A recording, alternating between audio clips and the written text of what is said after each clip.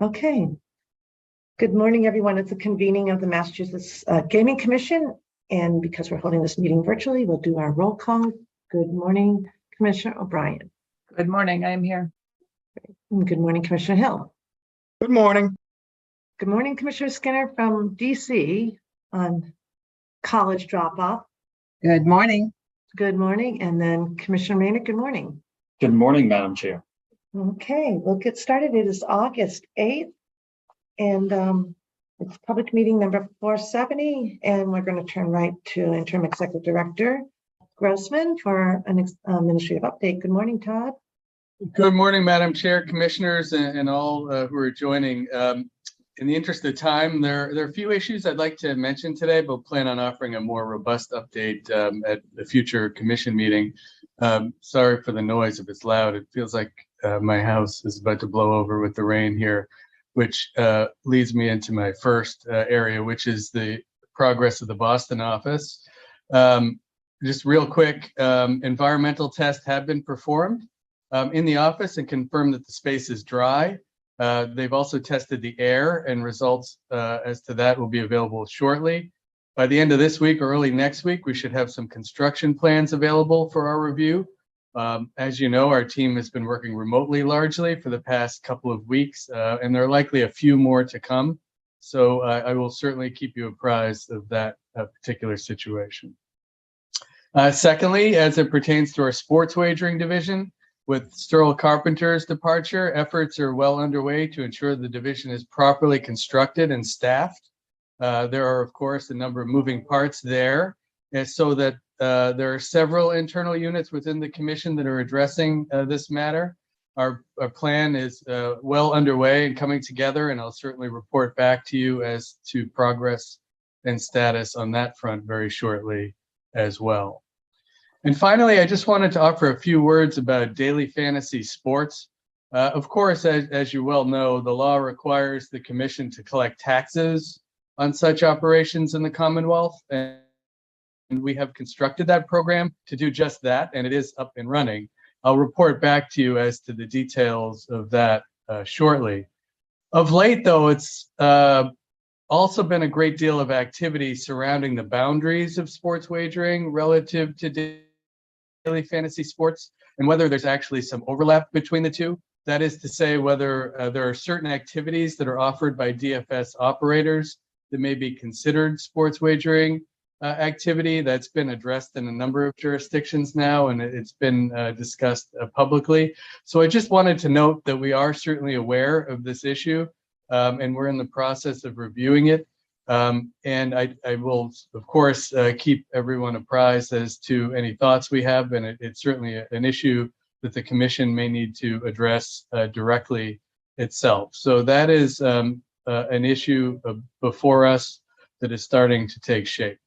And with that, I'll stop there. I'm happy to field any questions about that or any of the other issues, but again, in the interest of time, I just wanted to mention those topics. Commissioners, any questions for Interim Executive Director Grossman? Okay, thanks, Todd.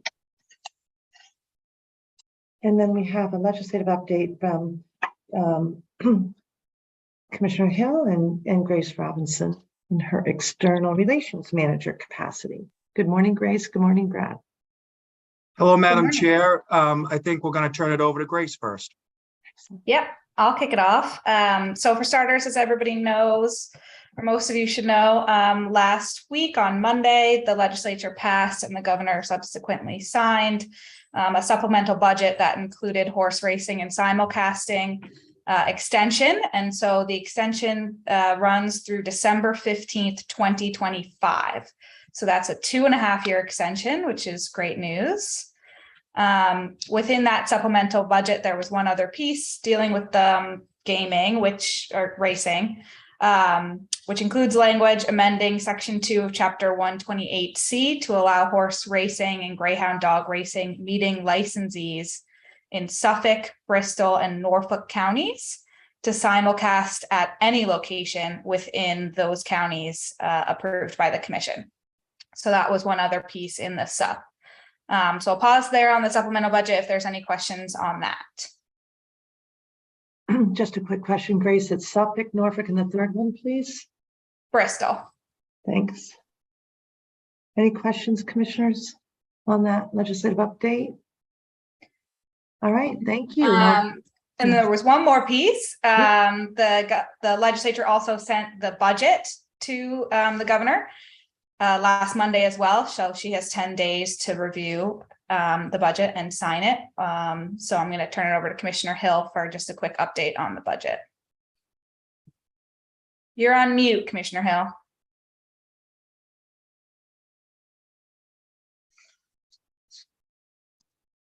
I'm usually pretty good about that, sorry. So within the budget, there was an outside section, and I'm just going to read it to you because it's very short and sweet. It says section 26 of chapter 23K of the general laws as so appearing is hereby amended by inserting after the word commission in line 37 the following words. And it says, provided, however, that the Division of Gaming, Liquor Enforcement of the Alcohol Beverage Control Commission, in consultation with the commission, shall, for violations of said chapter 138, enforce, regulate, and control the distribution of alcoholic beverages to be drunk in a gaming establishment, but not within a gaming area, including but not limited to restaurant and bars.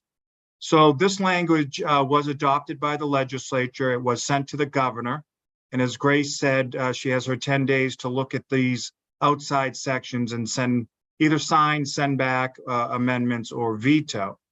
So we are currently waiting to see what she does, but we're also digesting what this language actually means. We have reached out to the legislature and to the governor's office because we all want to be on the same page should this language be adopted.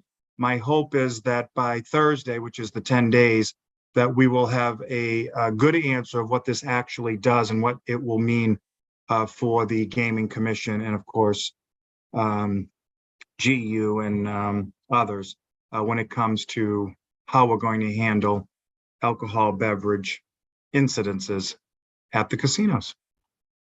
But I hope on the next meeting to have a better answer for you of what that language does and how it affects us. But it is there and it's currently before the governor. Any questions? Yes. Commissioner Stevens. Thank you, Commissioner Hill, for that update, and Grace as well. I was wondering in terms of getting a better understanding of what that language actually does for us on the alcoholic beverages piece. Could we also have something similar with respect to the simulcasting legislation that allows any existing operator to simulcast from anywhere within Suffolk County? I think there were a couple other counties that were mentioned, and I think we all might have an idea around what that's about, but it would be good to have something internal as well on that. We will get something for you in memo form if that's what you're asking. Oh, it doesn't have to be in memo form, just in terms of just, the overall analysis of those. Sure. Thank you, Commissioner Hill. And that's our update for the week, Madam Chair. Great, thank you. Okay, we'll move right on to some, thanks, Grace, so much. Move right on to the sports wagering division. We've got Director Band this morning, or we've got Manager Oshman. Good morning. Good morning. Director Band is actually unavailable this morning, so taking this one. Great, thanks. Thanks, Crystal. No problem. So the sports wagering team is presenting a pretty straightforward request today from BetMGM to extend the original temporary waiver of 205 CMR 255.03 through November 15th would be the new effective date. The former waiver expires in a few days on the 10th, and they're seeking about a month longer to implement their specs. The sports wagering division doesn't have a concern with this request as we had reviewed it and would support the commission's approval, but I am available if there are any particular questions based on the waiver that they submitted. Crystal, did you say November, or is that my ears? September 15th, September. right? Okay, thanks. September 15th, yep. Thank you. I don't know if I said November, but it is September. Could be my ears. Thank you very much. Madam Chair. Yes, and everybody knows that there's a memo in the packet. Yes, Commissioner Hill. So my only question is, and I think it's one we all care about, are they actually going to be able to get this up and running by September 15th? Or are they going to be coming back again looking for another waiver? Is that a question for me? Yes. Okay. I believe so. This is because it's tied into a release that was a little bit delayed and will be launching. So that's why they have a particular date in mind. It's available in other jurisdictions. It's just the rollout here has not happened as they anticipated, but they anticipate before November 15th. September 15th. I am saying November. I'm ready for fall, I guess, guys. Sorry. September, yes. 9/15/23. Okay, thank you, Madam Chair. Thank you, Crystal. Of course.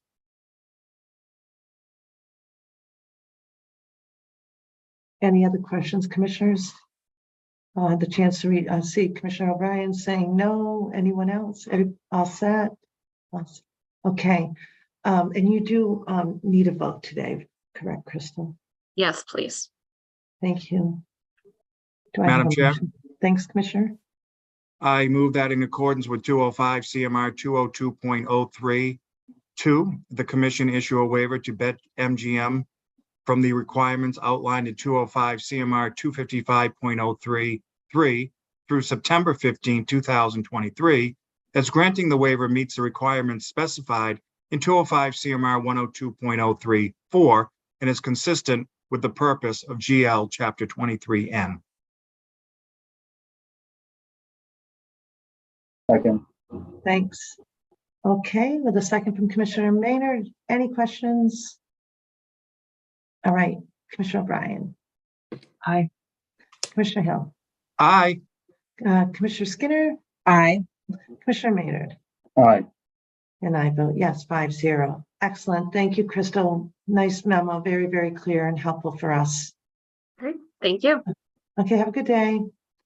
All right, now we're turning to item number 5 on our agenda, and we're going to turn to regs. Good morning, Attorney Teresi. How are you? Yeah, I'm well, thank you. Good morning, Madam Chair and Commissioners. So we have 5 regulations coming back to you today following a public hearing and comment period for review of those public comments and possible final adoption. Those regs are 205 CMR 138 internal controls, 238 additional internal controls for sports wagering, 247 uniform standards of sports wagering, 248 sports wagering account management, and 257 sports wagering data privacy. And just a reminder here that those first 4, 138, 238, 247, and 248 are currently in effect by emergency. 257 is not. That one is working its way through the ordinary promulgation process. And so with that, I will turn it over to Mina Makarios to walk us through the comments we've received. Good morning, Madam Chair and Commissioners. So as Attorney Teresi just mentioned, we have 5 regs. These are all ones that came before you as a group before with regards to data privacy and confidentiality of patron information. We're going to take them one by one, and I will defer to you, Madam Chair, on how you want to do the votes. We did receive comments on some, but not all. So starting on page 11 of your packet is 205 CMR 138. We actually received no additional comments on 138. As you'll recall, 138 is the Uniform Standards of Accounting Procedures and Internal Controls. It governs both gaming and sports wagering in some respects. The red lines that are shown throughout the packet, for instance, on page 13, are the additions that were made as part of the emergency regulation. There are no new changes proposed and no comments were received. So that's the easy one, is 138. There's no changes contemplated here.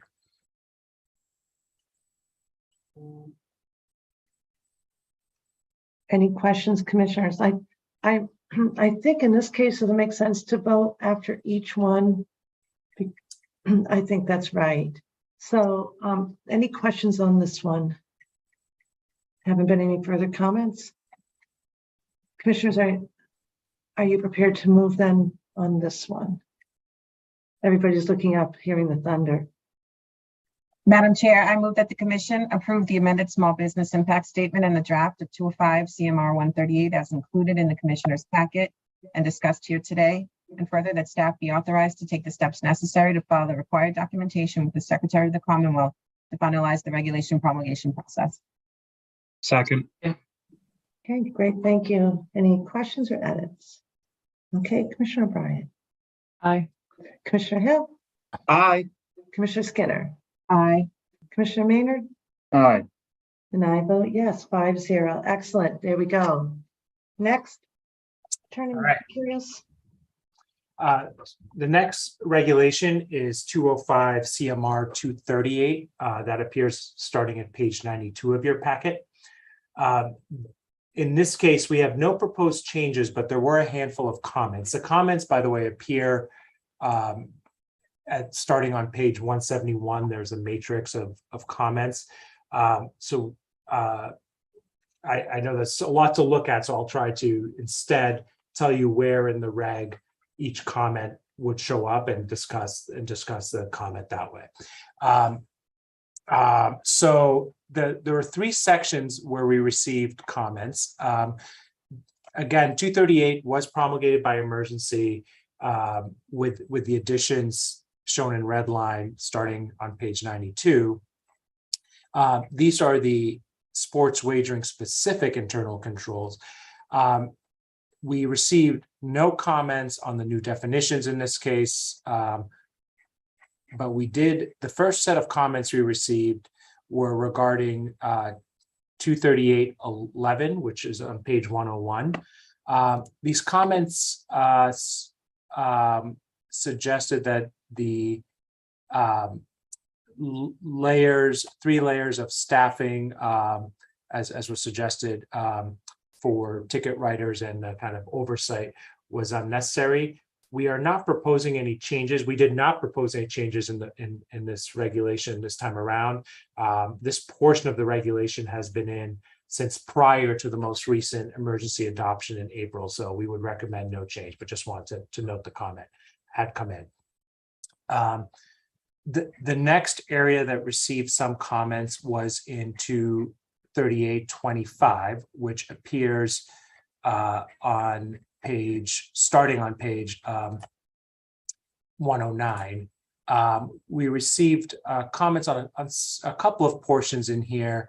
Again, these comments all came actually from Caesars, all four of these first comments, having to do with the operations of the ticket writer and their handling of wagers. And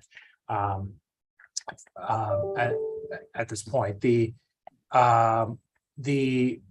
issue here is, again, there were no actual changes proposed in 238.25.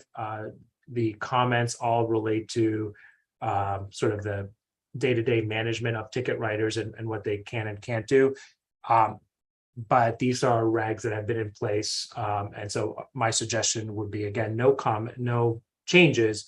However, this may be an issue for further discussion between the operator and the sports wagering division to figure out if there's a issue of just understanding the regs and how they might work in practice. It's the only operator that commented on. Finally, we did get a handful of comments as well on 238.35, which appears starting on page 115, but really the comments were regarding the section on 116. This was a change that was made in the emergency regulations in April. This had to do with the ability of a sports wagering operator to cancel a wager that they believe to be an error, and in what's quote obvious error. Both, I believe it was Caesars and FanDuel, both suggested restoring some version of that. The commission had talked about this at some length when this came out in April. I would point out that there are still there's still the ability to cancel an error, an obvious wrong wager by request to the commission. However, from what I recall of the April conversation, I believe the consensus was that it left too much discretion for the operator to be able to decide what was a human error versus a bet that was placed on purpose. And there are, of course, many examples of bets that are unauthorized or shouldn't have been placed, or those still can be canceled. That's the rest of the 238.35 list, but 238.35I is what came out, which is the obvious error portion. So I don't know if there's further discussion on that. Our recommendation is to maintain the deletion in the former 238.35I. Commissioners, questions? So you're saying that from it's the new little I that really picks up that? No, that new little I was always there as a separate one. It's what some of the operators, two of the operators asked for is restoring some portion of the old I, which is right. I understand. I'm just wondering. I know we spent a lot of time on this, Mina, and commissioners jump in. I just want to make sure that if you could just remind me if there is an error made of the process that we have secured with the deletion of old I. Right. If the patron has requested a cancellation due to an error, or the ticket writer has made an error in taking the information in, I said I'd like to wager on the Patriots. They put in the Chiefs instead, and it's obvious that they can change that, and an operator can also come to the commission under number 2 for to cancel any wager, but the ability to cancel from the operator's perspective on their own for what they deem to be an obvious error is what was removed to avoid a potential abuse of discretion on that. So it is original J 1 and 2 that really address obvious errors completely. Correct. That's what I wanted to make sure that there wasn't anywhere else. Okay.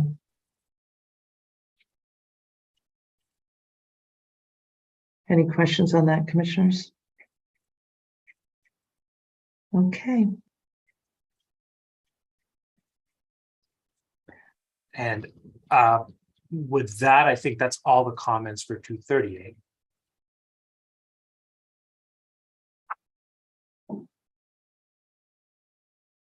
Commissioners, any questions?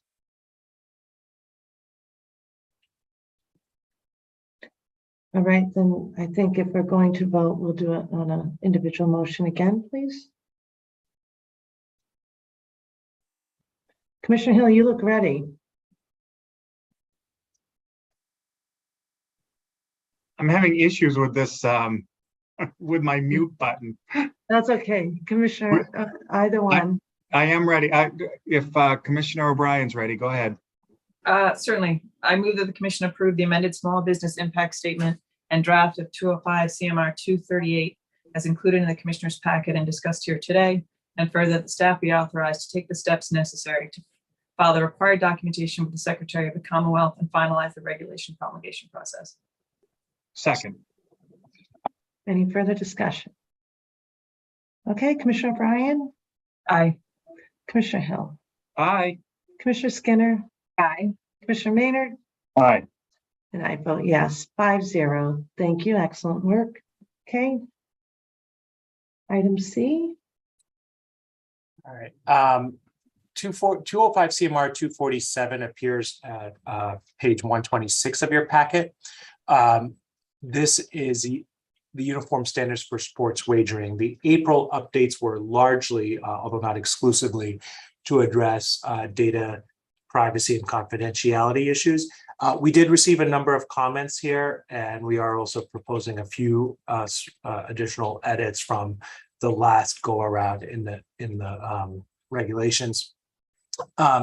In this case, what is shown in red line and highlighted is what's new, as opposed to what's just shown in track changes but not highlighted. That would have been the changes from April. I apologize that you have both. It's a facet of how we have to file them with the Secretary of State's office to show changes from the non-emergency version.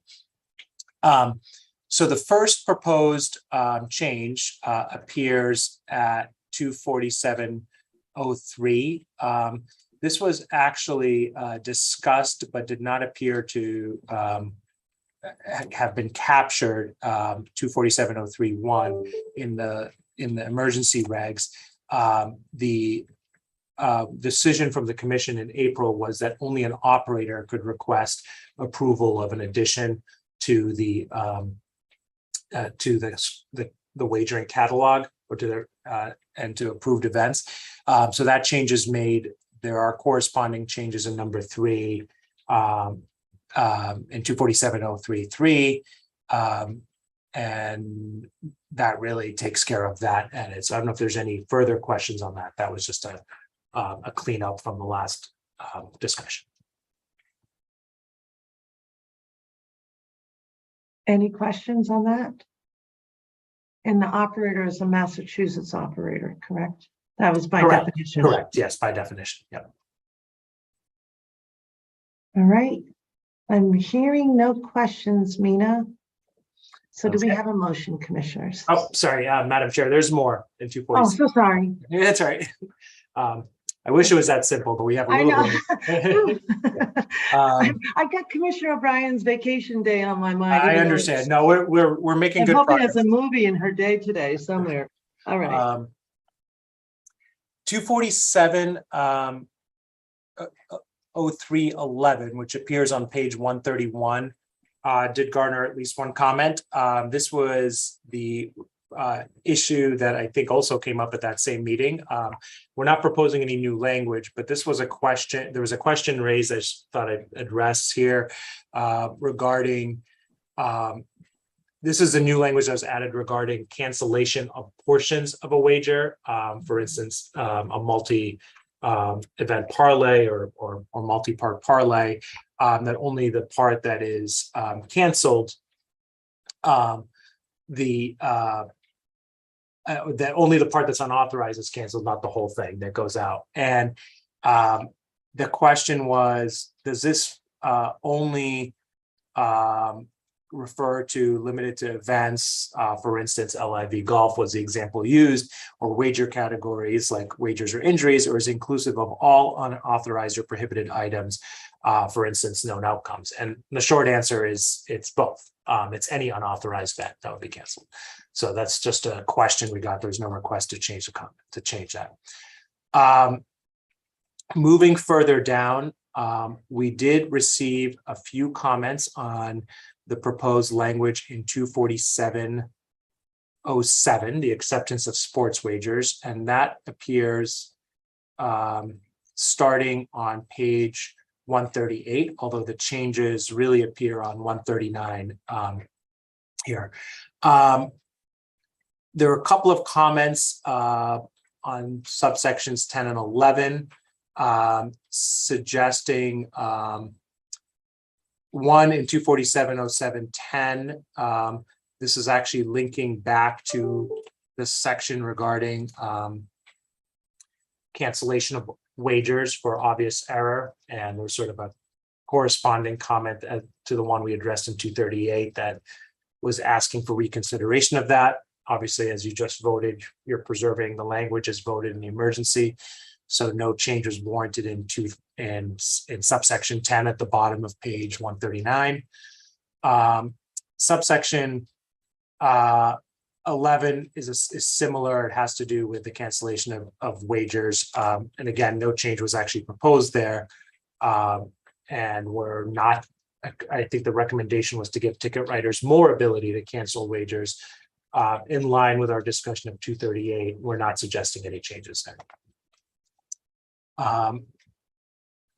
moving downward to 247.09, which appears on the same page. 140 is where it starts. There were a couple of changes made in the emergency reg in April to add in disclosure requirements, especially with respect to data privacy and the terms and limitations of offers. There were in two comments on 247.09.03 with respect to the ability of how long an offer, how long a patron might have to stay signed up essentially to redeem an offer. The prior language prior to the emergency regulation said 90 days. We had comments, including from the Attorney General's office and in conversations with Responsible Gaming, that suggested actually a shorter period is better. That the goal here was to avoid having a patron who decides to close their account really have to keep it open for a very long time or be encouraged to keep it open just to redeem an offer. So that that was the reason for the change in 247.09.3. At the bottom of page 141. There was DraftKings thought the 90 days was preferable and suggested that it be kept that way. But again, we're not recommending a change. I don't know if there's further discussion on that topic before moving on to the other one. Commissioners? Looks like they're all set. Okay. Thank you. 247.09.4, which has an analog in 257 when we get to it, was new language added in the emergency regulations that would ban promotional offers that reward or are contingent on referral of patrons to the operator. At least two, FanDuel and DraftKings both commented that they believe it is appropriate to allow those kind of promotions, and in other places in their comments defended and advocated for the ability to be able to use referrals as part of their business model. So again, it's a policy question for the commission whether to allow that. The reason this was another one that was vetted with the Responsible Gaming team and felt appropriate before the emergency regs, with the idea that the ability to, the sports wagering operators should be able to reach folks if they need to reach them without giving folks an incentive to sign up all of their acquaintances, friends and acquaintances. Any concerns with that, commissioners? No concern. I just had a question for Mina. Sure. Are there any other jurisdictions who do not allow promotional offers based on a referral? Who do allow or do not allow, Matt? I'm sorry, who do, what did I say? Who has a similar regulation to the one that we are proposing here? Let us check. My colleague Annie Lee is on the line. Annie, I don't know if you remember off the top of your head, but we can confirm during the call. I don't recall I don't recall specifically, Commissioner Skinner. It is something that we proposed both here and in 257. Annie, do you know if there was off the top of your head? I can't remember off the top of my head. I'm sorry, but we can certainly follow up on that. Yeah, I'm just curious. I do understand, the purpose of it, the policy behind it on our end. I'm just wondering whether any other jurisdictions have gone down this road. And when we get to 257, I think a lot of the comment that we received suggests that Massachusetts is a first in a lot of these regulations. And so I'm just interested in kind of hashing that out a little bit and understanding exactly what other jurisdictions do along this line and on the data privacy line. I do remember when we were presented with 257 in particular, and I don't want to get ahead, but Mina, you did say that your team had surveyed other jurisdictions. So I'm really interested when we get to 257 and what your findings were relative to that. Thank you. Yeah, and Commissioner Skinner, I apologize. I don't have that survey in front of me, but this was one of the ones I recall we had looked into to see, because this was an issue that came up. I will add, in this particular case, this is a promotional offer piece, not simply the use of data for referrals. And I think one of the reasons for this went beyond the concerns about referral and actually the concerns about the very careful balancing you had done to regulate and allow some third-party advertising, but not others. But that if this were sort of opened up that way, that it could allow less regulated third-party advertising and less transparent third-party advertising, which was the subject of a lot of the 256 conversations on that with third-party operators. Commissioner O'Brien? So yeah, just also to chime in, and correct me if I'm wrong, but cannabis doesn't allow the referrals. It's statutory in that circumstance, but it's not inconsistent with how other industries in the Commonwealth are being treated by other agencies. I believe that is correct, yeah.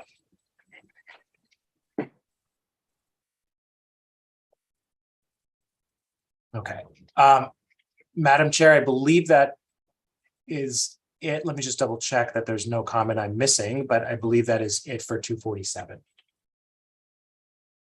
Okay. Commissioners, any other questions? Commissioner Skinner, I think it's going to take a minute for NK to find out if that is in fact a provision in other jurisdictions. I'm not sure if it came from Ohio. It might have come from Commissioner, as O'Brien points out, the cannabis regs. That may have been where we saw it first. Commissioner O'Brien, I don't know if you have a memory of that. Well, and when the Attorney General came to us as well in the first instance, they were pretty vociferous in asking for this. Yeah. I do recall that the Attorney General's office did ask for this. I just wanted to Okay. check if another state also has this. So that's correct.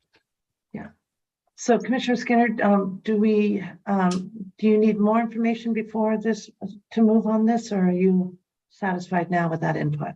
No, I'm satisfied with that input. My inquiry relative to other jurisdictions is going to become more relevant when we get to 257. Okay. Okay. Any further questions? Okay, do I have a motion? Excuse me. Bless you. Madam Chair, I move that the Commission approve the amended small business impact statement and draft of 205 CMR 247 as included in the Commissioner's packet and discussed here today. And further, that staff be authorized to take the steps necessary to file the documentation with the Secretary of the Commonwealth and finalize the regulation promulgation process. Second. Any further questions, comments? Okay.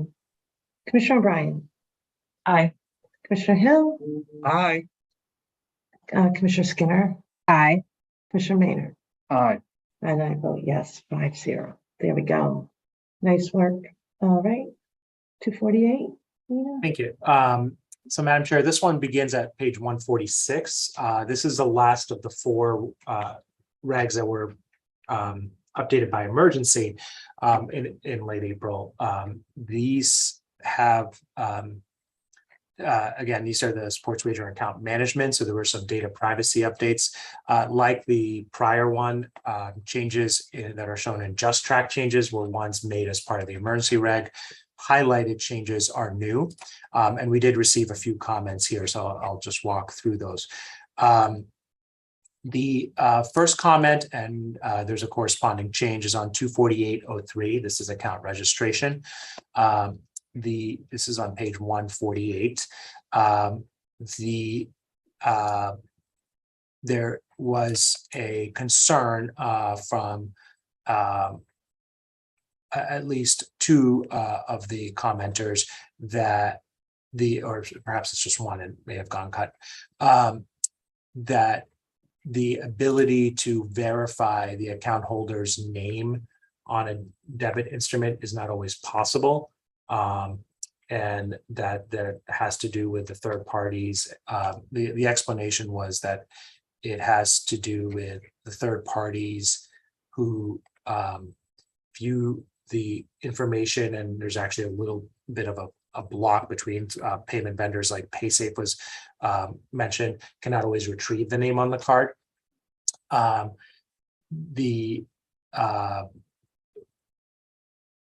The suggestion was to add a sort of feasibility standard into this to say if possible to verify the account holder's name. We think that change is appropriate in this case. There are other protections to make sure the account holder is the one registering.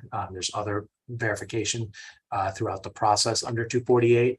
So we are recommending making that addition.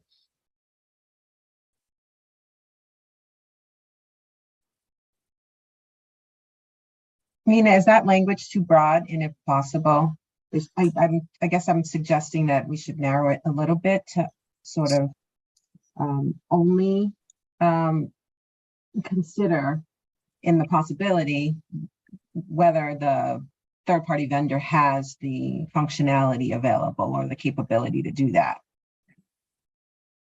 I don't know if we could sort of tighten up that language a little bit. I mean, certainly the intent is clear. I just worry that, and if possible, would encompass a number of scenarios that might. Sure. So So could you say unless impossible? I mean, you could do it in the presumptive.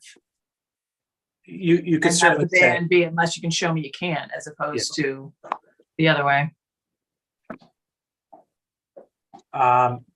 we can definitely say if the account is active, the account holder's name. And you could say unless impossible or unless infeasible, something, yeah. Prohibited, barred, but you know.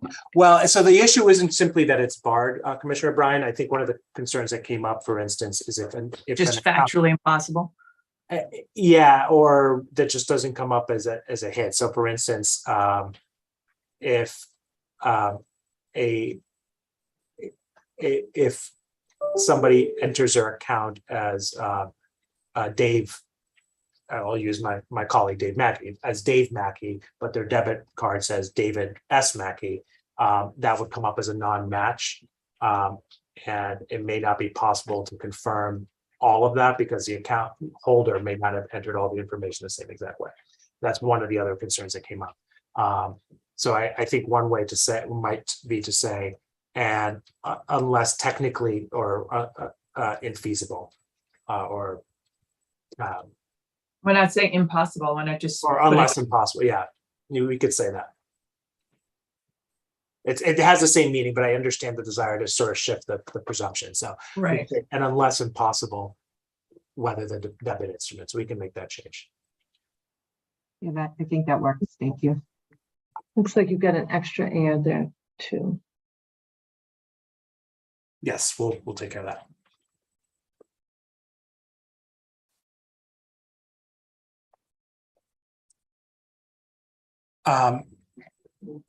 The next section that we received comments on, quite a bit of comments, is 248.04. These were the agent identity verification sections. In particular, we had added in the emergency regs a requirement to have identity authentication questions and security questions, or to allow an alternate method approved by the commission. A couple of operators suggested that they had, in their experience, security questions and some of these measures were not effective and that they did not really go far in adding to age verification. Of course, I'm balancing those comments with comments from the Attorney General's office that had recommended language similar to this. We're not recommending a change here because the language already allows an operator to identify other alternative methods. And so if an operator believes they have other methods that are effective, the intent here is to ensure proper identification. So if they don't want to use security questions because those are a problem, or other methods that are more commonly used, maybe outside of sports wagering, it is our view that, they can come to the commission with that proposal and ask for approval of it, and that would actually lead to good innovation to have better methods. Would they be able to do that?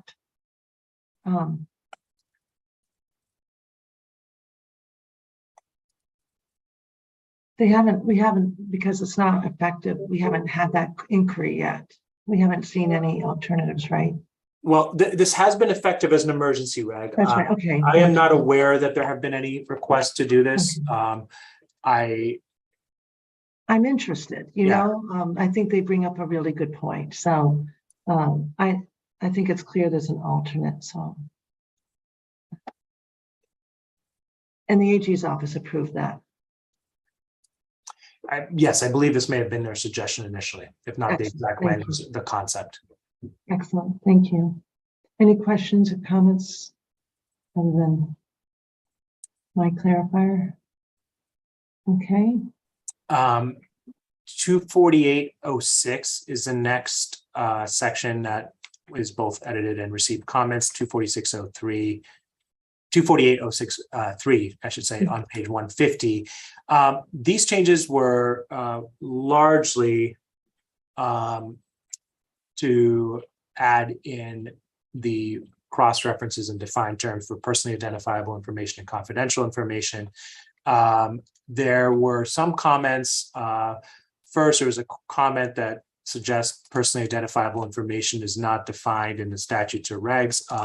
However, I think this comment might be a bit outdated because it is defined in 257, and we had also cross-referenced it there. It also includes all the statutory definitions. The other significant comment that we got was about 24806.03H. This language was in here actually before the emergency regulation, but added to include confidential and personally identifiable information regarding required notice to a patron to file a complaint concerning the use or storage of their information.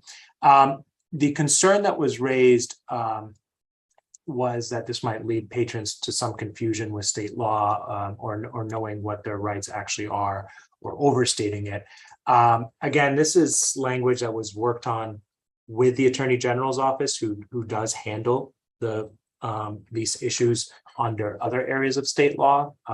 We believe the changes actually clarify what information is protected. There's always been an ability or a requirement to let patrons know how to provide notice to an operator if they believe their data has been misused.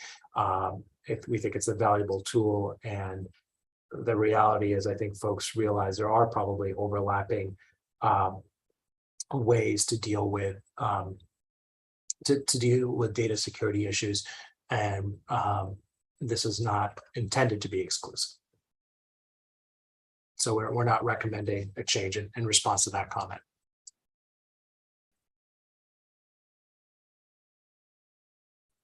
Commissioners, any questions on that?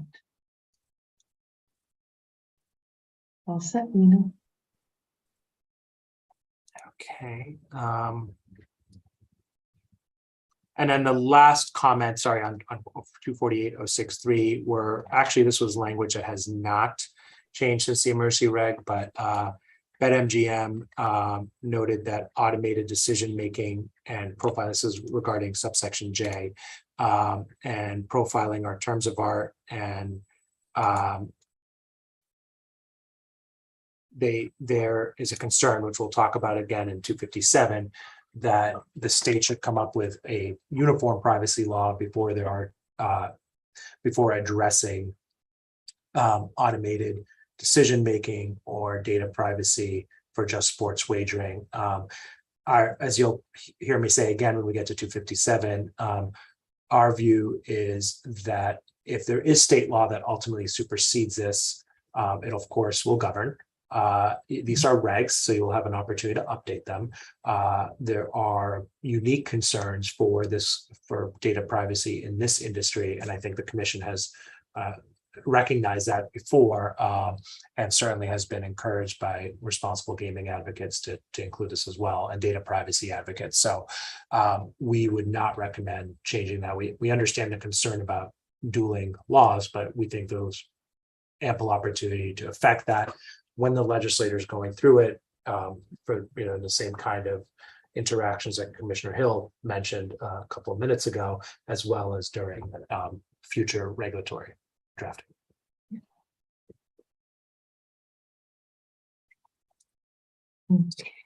So All right. with that, I'll move down to the 248.10.3. There was a question, not a request for change. There were no changes in that section.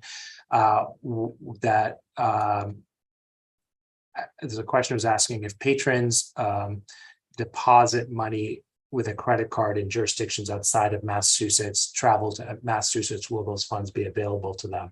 And the short answer is no. So that is, but it was a question asked by an operator who I believe says they don't actually allow credit cards anywhere. They were just wondering, I guess. So that's the answer. 248.16 does include some new language, including some language suggested here for the first time. That I'll let Annie explain the new language. There were a couple of, but I'll explain the comments real quick. 248.16 had a couple of comments requesting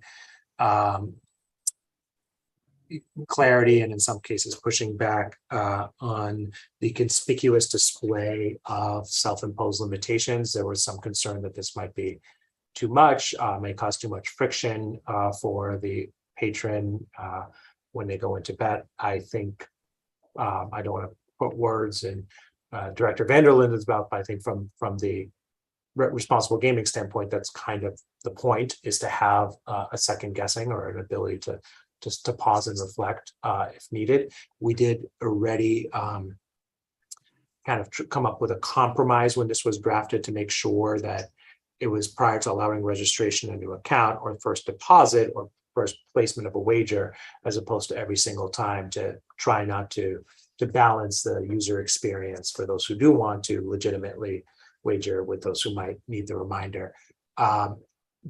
And so that's really the change in one, and why we don't recommend the change that was made during the emergency rate, and why we don't recommend changing it. 248.16.2 has to do with the interplay between 248 and 255 with respect to responsible gaming. And so Annie, I'll let you take that one. Thanks, Mina. As Mina just said, the comments or the suggestions that we're making in 248.16.2 are in interplay with 255 on play management. The changes that we're suggesting here are not substantive, but rather to have the same language across these two sections. There was language in 252 that meant a decrease was actually making it less restrictive, and then an increase means it's more restrictive. And here, while the concept is the same, the language is flip-flopped, and it takes a little bit of reading to parse it out, even though they are in harmony with each other. For after discussions of clarity with legal, this wasn't in response to any comments raised by operators, we thought it would be more clear to just employ the same language across the two regulations to get ahead of any confusion and to hopefully make these easier to parse for the operators. The changes that we made besides we replaced the decrease and increase language with just less restrictive or more restrictive to make it as obvious as possible what it means. The other change that we made, aside from changing that language, is to clarify that more restrictive limitations will take place immediately. And so we struck that or at a point in time that was clearly indicated to the patron to bring that into conformity with 255.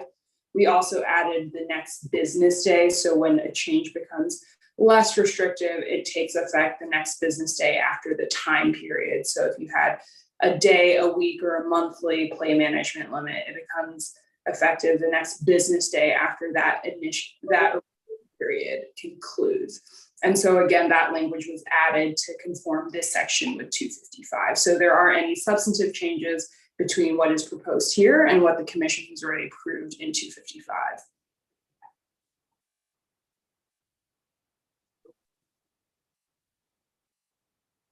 So if there are no questions on that, I can move on to the next section, or I don't know if folks need a minute to digest all that. And Any questions for Annie? Commissioners on that clarification? All set. Thank you. Thank you, Madam Chair. The last comment on 248 was on 248.19. This is a section that was not changed with the emergency regs. So we're not recommending any further changes, but there was a question I think had come up in the past, questioning whether this language regarding abandoned and dormant funds was consistent with the state escheatment practices. We had looked into this before, confirmed that it did. This has been out there now for several months, and I don't believe we've gotten any concerns and from the treasurer's office, and I believe we actually have confirmed that this is appropriate. I don't recall, and I don't know if Todd, I'm sorry, I was gonna butcher your full title these days. And Carrie, if you remember if we've gone anything further from that, but I think we are content that the language is appropriate under the relevant statutes. Yeah, I think that's what you said. I think it is accurate. Period. Although I do see it's missing a symbol, the section symbol in sub 3 for 7A. Oh, thank you. So we will correct that. All right. This was, of course, initially brought to our attention as an issue by the treasurer. I think Commissioner O'Brien may have flagged it on her own as well. But you did just say, Mina, that the treasurer's office did see this language, correct? I think I've been operating under that presumption. I believe that was right. That's what I was trying to confirm. Yeah, I think that's right. It's been so long that I honestly don't remember. I know, that's exactly right. Been in place since the midwinter or fall. The last time the weather was exactly like this. It's a different form of precipitation.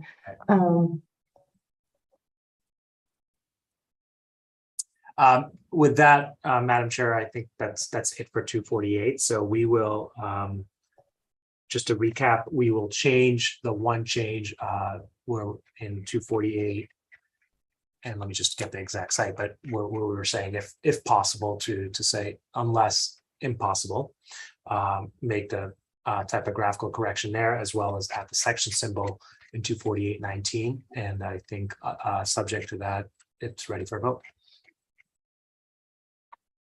Any last questions or comments, commissioners, before we move?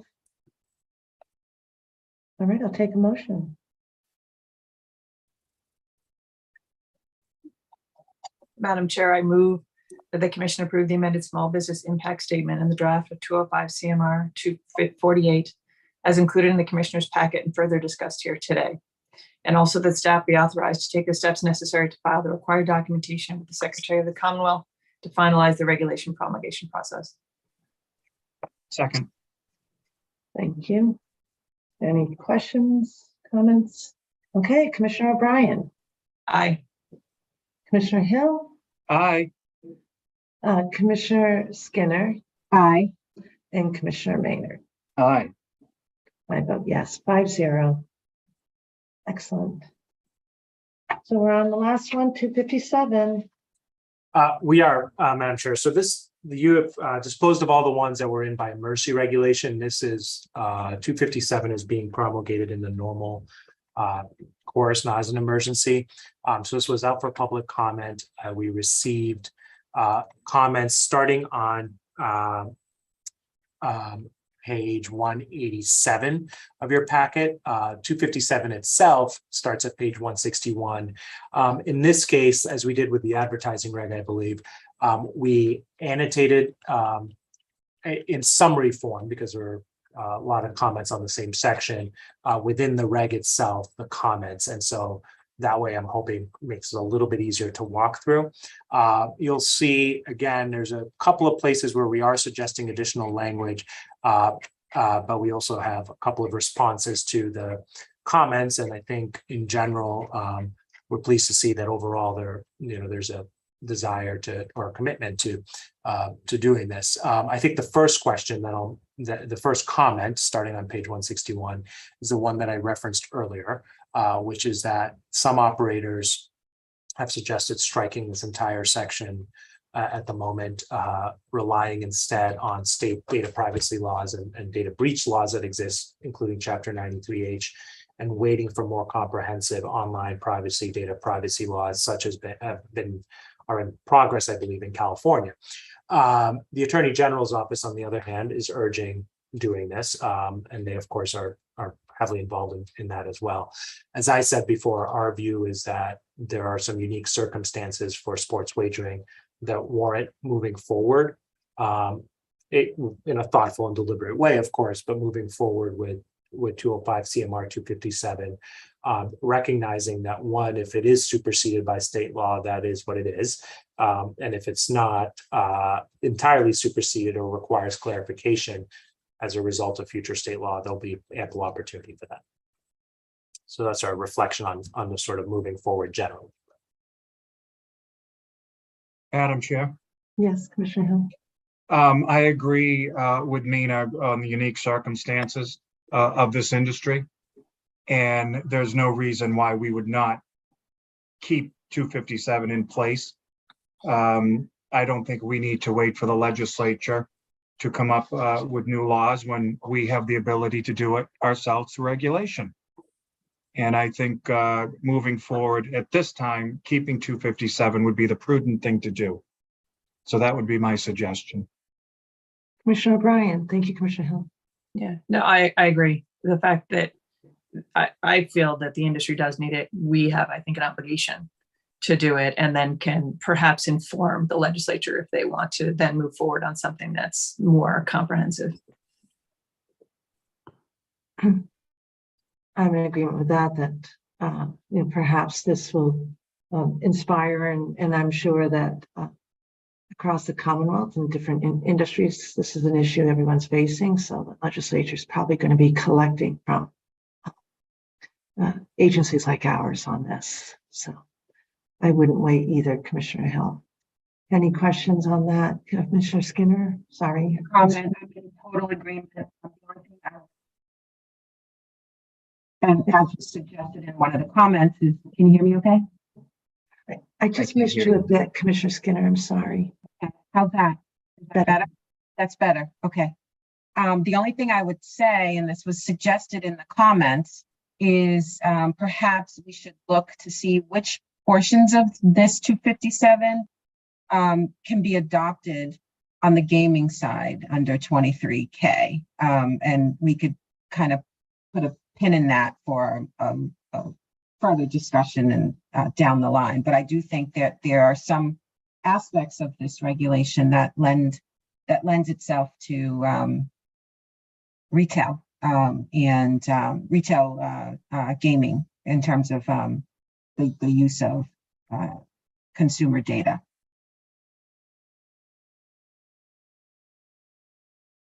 Any reaction to that, Mina? No, I'm happy to help. Obviously, the legal team work on that as moving forward. I think there definitely are some things in here that could be applicable with respect to consumer data. I think it's easy to think of the category 3 sports wagering platforms because the data is entered directly, but it is true that when all of us shop at brick and mortar stores or if folks wager at brick and mortar gaming establishments, that there may and often is data collected about them as well. So certainly something that could be applied.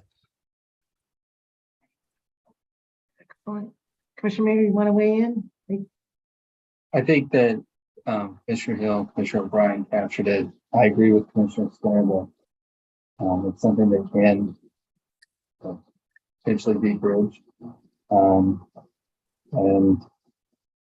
I just support my fellow commissioners. Excellent. All right, let's continue. All right.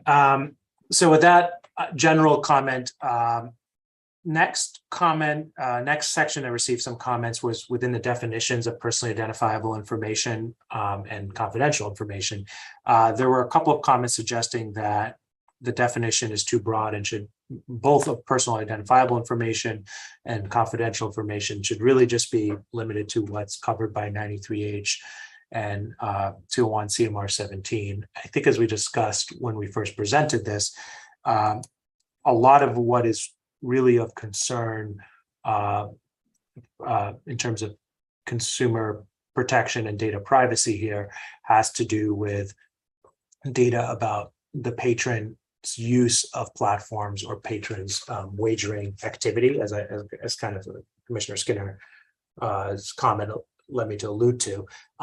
So we don't think a narrowing is necessary. We also are not concerned that there will be confusion between the definitions here and 93H because this was worked on with significant input from the Attorney General's office who regulates 93H.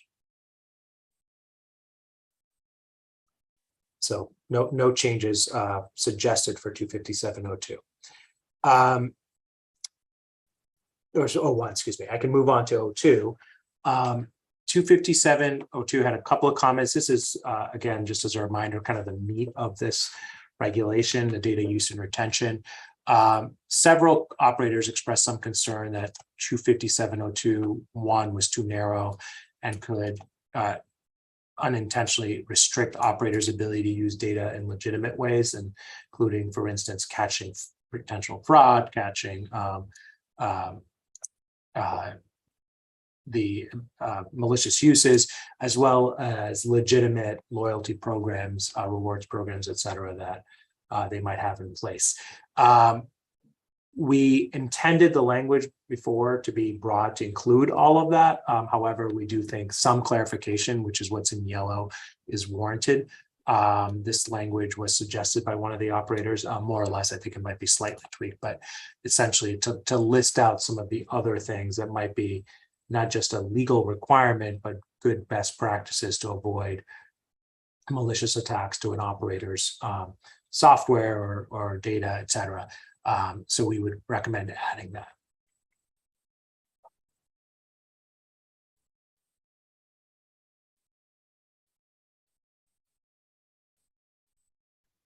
So, Mina, I guess my only question on that, we're at what the section is it again? 021? Yes. So the section that says defend against legal claims, is that those actually filed or? It could be either. PR.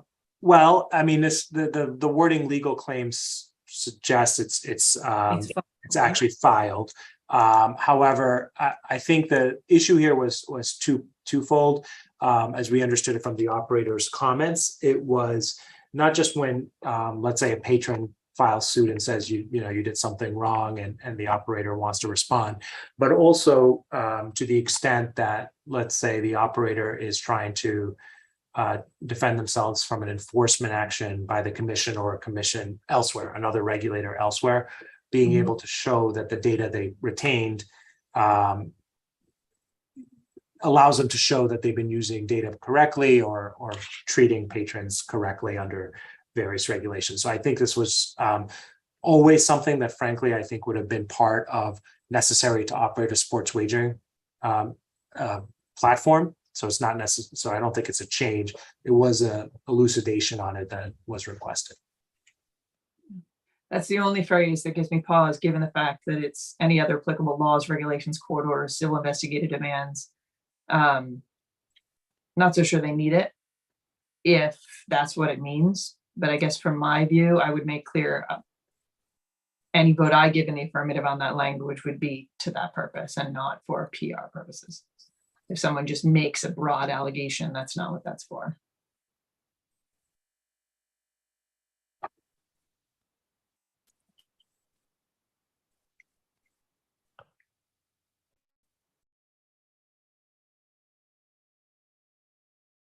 Commissioner O'Brien, do we need to change it or do you?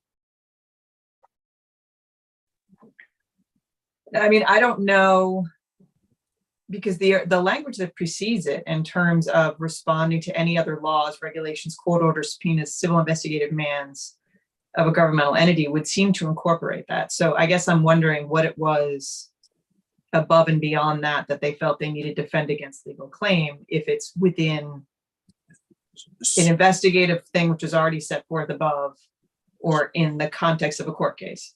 So Commissioner O'Brien, just to be clear, I think the above language actually starts with to comply with any of those. And I believe the concern was more of a defensive posture in the future. So if you are, as a practice, as an entity, retaining information or storing information, in case you do get a subpoena, or in case you do get a claim filed against you. I think their concern was that it might not be required to keep the data up front to comply with it, but it might be a best practice to have it for that purpose. That's why they added some of these other ones. Yeah, that's the only one that I feel like maybe goes further than I'm. Does government and entity apply to everything? And so are they concerned about private legal claims that they need to access their, is that what you're getting at, Mina? Both. I think that the comply language was really meant to say, if because complying with, it could include a court order or a subpoena that's a private subpoena, or an investigative demand of a government entity was sort of a separate category. I think that the respond to and defend against legal claims are records that they might want to keep as a business, to be able to show compliance in the event that compliance is challenged in the future. In the event, okay. Yeah. So I understood it. Does that help, Commissioner O'Brien, that it's for that purpose? Sorry. Yeah, I just want to make sure we're not giving an exception that swallows the rule.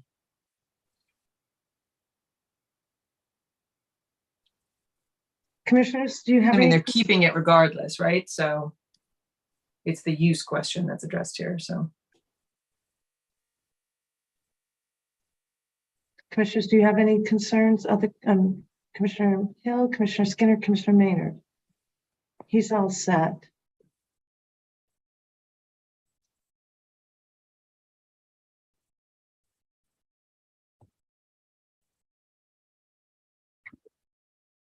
I think, Commissioner Maynard, are you all set? Yeah, he's all set. Commissioner Skinner? I'm all set. Just in reading the comments, I thought that this was definitely one that we should probably accept from operators. So I'm glad to see that it is in. But I want to also respect Commissioner O'Brien's concern. So however we can tweak this language so that our concerns are satisfied, I support that.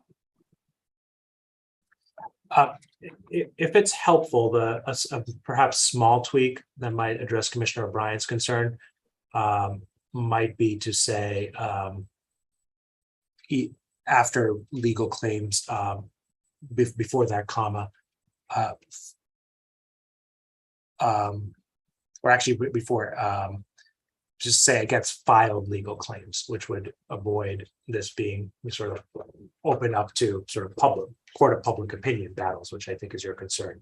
Right. So I didn't know whether it would be changed to either litigation or filed legal claims. I think either one of those, I think gives me, it addresses sort of the concern that I have with that phrase on its own. I'm okay with filed. Everybody else okay with filed? So we can add that in. Thank you. Thanks. If we're ready, I can move on to the next comment. The next two comments really on bottom of page 161 and page 162 had concerns about first for 257.02, this has been drafted as an opt-in for data use and storage. consent being needed for the patron. Some operators express concern that opt-in would be too burdensome and that instead opt-out mechanisms that a patron should be able to can opt out, but sort of is automatically agreeing to opt in. Similar concerns about having another separate data privacy agreement presented to operators or data privacy requirements presented to, to patrons as they're setting up their account. In both these cases, our recommendation is to keep the language as is, at least, this is a measure that was proposed partially to require, again, some informed consent from the patrons, and the concern I think that's been expressed about these kinds of in the opt-out is that if it's buried within other information, it may be very difficult for, and it may not be apparent to the patron when they're signing up that what they're choosing to opt into just by signing up. So that it would sort of upend the framing to have it be an opt-out as opposed to an opt-in.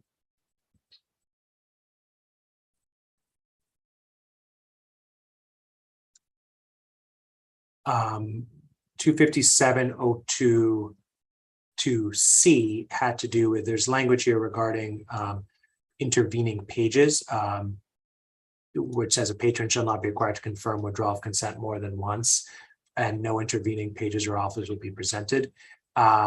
Several operators noted that there may be intervening pages to take you to, if you're on a third-party site, or if you need to fill in information to fill out your opt-out, that should be okay. So we added the language. Actually, I apologize, it wasn't highlighted. In this case, I think that the red lines are just red lines because they're new. Other than those needed to confirm withdrawal of consent. That is the idea that you're not going to say, you're not going to get something that says, before you go, let us give you one more offer. Let us try to keep you as a customer. Patrons understood that they weren't supposed to do that, but they just want to make sure that if they need to, that way, if someone clicks accidentally, they don't lose their account, etc.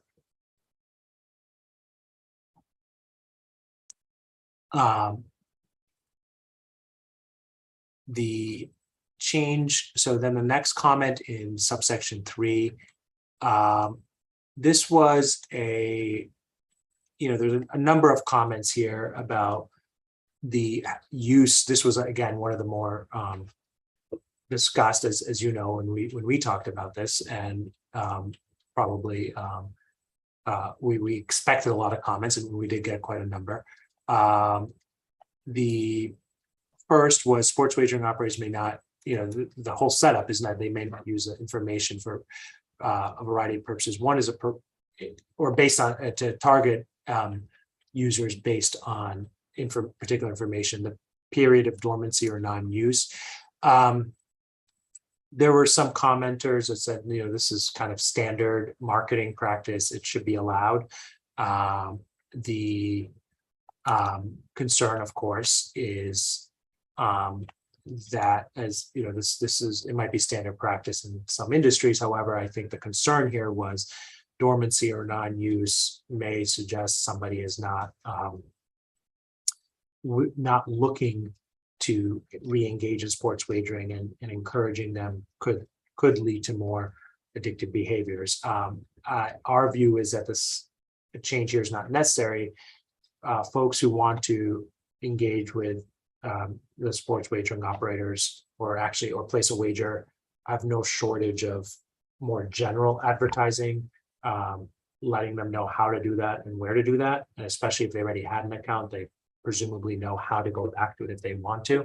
The idea here is to not be allowed to use the data to have push advertising to folks who and promotions to folks who have not used their platforms for a while.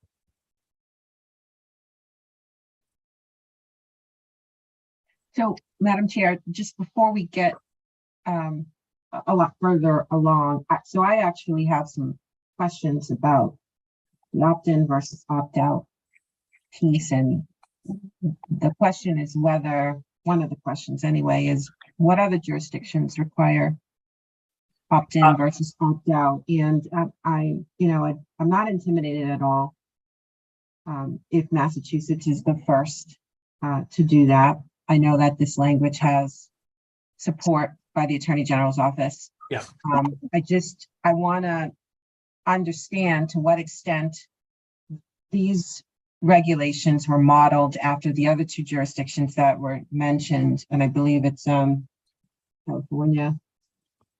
And then there was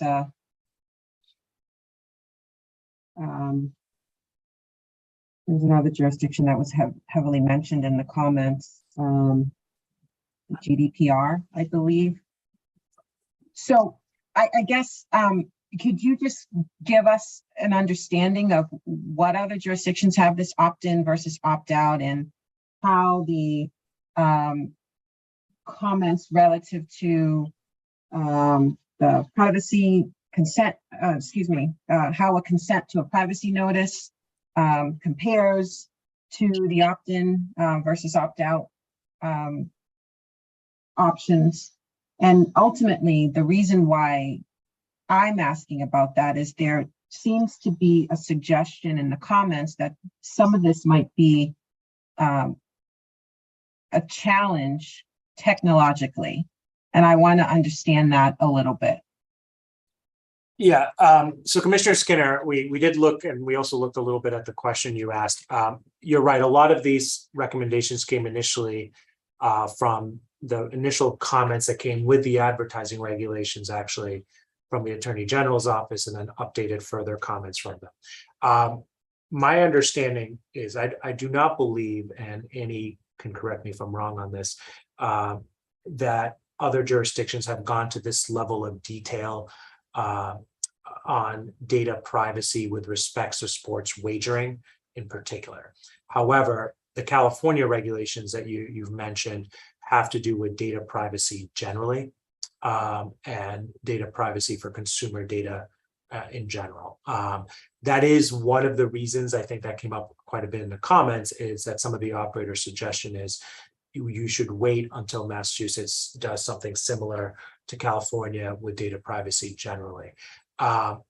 That being said, I think we've talked about the reasons why that may not be preferable. So you are doing something that is not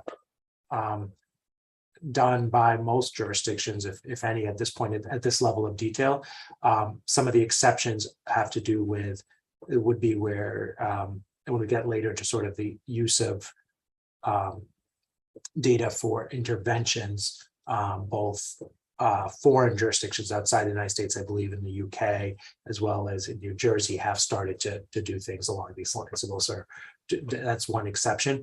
But for the most part, these suggestions come from data privacy best practices that have been implemented largely in California and Europe are the two places that have kind of pushed this the furthest so far, that were suggested if you are going to do to sort of regulate on your own initially, to model after.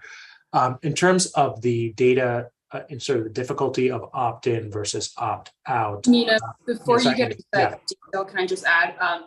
I just want to add that these, like Nina said, we are going into detail here, but in terms of other states that have strong data privacy protections in the realm of sports wagering, we're building upon states such as Connecticut and Colorado that also evince a strong intent to protect data privacy of sports wagering consumers. And so those states don't necessarily go into the same level of detail here, but it is sort of within, they are, I believe, sort of have a strong scheme of protection for sports wagering patrons and their data privacy. So it's not as if other states are taking a more cautionary approach as the operators would like here.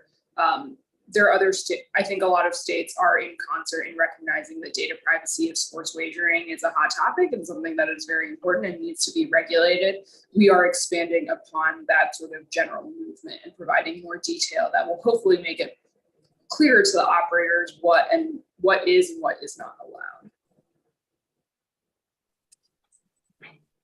So sorry, for that interruption. I'll hand it back over to you. That's right. No, Thank you. Annie, thank you. That was really helpful. So I appreciate your commentary. If I could just jump in. We have heard from the AG's office on this as it's been repeated. And it's possible that there might be movement across the country in this area because the Attorney General's offices are recognizing their impact in this particular space for gaming. I have raised in the past a couple of times where I felt that we might be going too far, Commissioner Skinner, and wish that we could just get a little bit of research done before we adopted a couple of provisions. In this case, I'll tell you just my personal view. I'm comfortable here, notwithstanding the comments, because it is so much the AG space. And so I feel that we can lead this conversation knowing that their expertise has really informed this. And Mina, I'm not overstating it, that A&K really worked closely on the wording with the Attorney General's office, correct? We did, and this is one of the reasons this took we did this on the longer cycle, was to be able to get their initial feedback. Just to recap that history, they gave us some of the comments along with the advertising regs. We agreed with the commission, and the discussions with the commission and with the AG, it made sense to put this in a separate reg. So the first draft was heavily informed by A&K, and the legal team worked with the AG's office further in drafting. And then they also submitted a comment letter largely supportive of this reg, with actually one addition that we'll get to in a second. So this is something that's been vetted by them, and I think they understood pretty well, and actually had a lot of input in, which gives me some of that confidence. And to Commissioner Skinner's point, and Annie's, the other states have definitely addressed this at a broader level. I think we're fortunate that we've had the opportunity to work with another agency here to be able to get into more detail on some of it. With respect to the question on opt-in versus opt-out, Commissioner Skinner, that was a comment, as well as some of these others, made by the some of the operators, that I don't believe that they are suggesting, or I did not read their comments suggest that it's technically difficult to create an opt-in versus opt-out. We all, clicking on different websites, get little alerts that say, cookies, will you accept the cookies or not, etc. There are different ways to do that. Pop-ups themselves are not hard to program. I think their concerns had to do with the balancing of the user experience and what I think was referred to in some comments as the friction for the user versus the utility of getting those notices. And I think that's a legitimate policy question for the commission. That being said, I think the flip side of that is, we worked closely, not just with the AG's office, but also in developing this initially with the responsible gaming team and the sports wagering team, to make sure that there's a balance between inundating folks with notices and disclosures that would become meaningless and just frustrate users versus giving informed consent. So I think that's why we're recommending, in this case, the opt-in language. Thank you for that, and Madam Chair, thank you for your comments. I take absolutely nothing away from the expertise of the AG's office. In particular, we had, you will all recall, Chief Jared Reinheimer here last time to give his comments and lend his support to the direction that the commission is going relative to these data privacy regulations. Looking forward to continuing the relationship and furthering the common goals of the commission, this commission, and the Attorney General's office in protecting consumer data. But where I want to be more mindful here is, if there is some kind of barrier technologically for operators to adhere to these regulations. When, if they, I believe they are in effect today, should we vote to promulgate them, Carrie can correct me if I'm wrong, but they become effective in short order relatively. And I don't think that I'm misremembering a comment or two that indicated that the operators would have to essentially build a different process for opt-in for Massachusetts, because that's not something that is required in any other jurisdiction. So, I want to at least put on the table, should there be a need for an operator to request a waiver for a period of time, to come into compliance with this regulation, that we give them the opportunity to do that, and that we fully consider that request. There was a lot of material here, and I could be remembering or misinterpreting what was communicated in the paperwork, but I don't think I am. So that's where I am. I'm in full support of the regulations as they're written. I don't think that we should be reverting to any opt-out.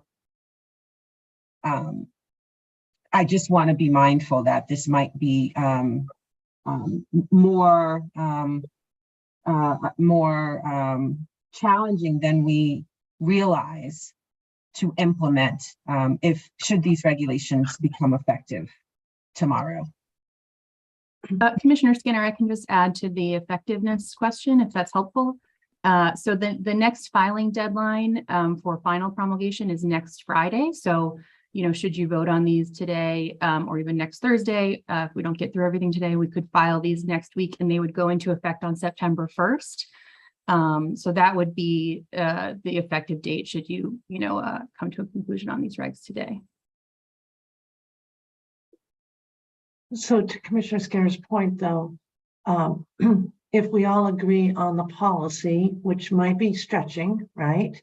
And it might be onerous on the operators.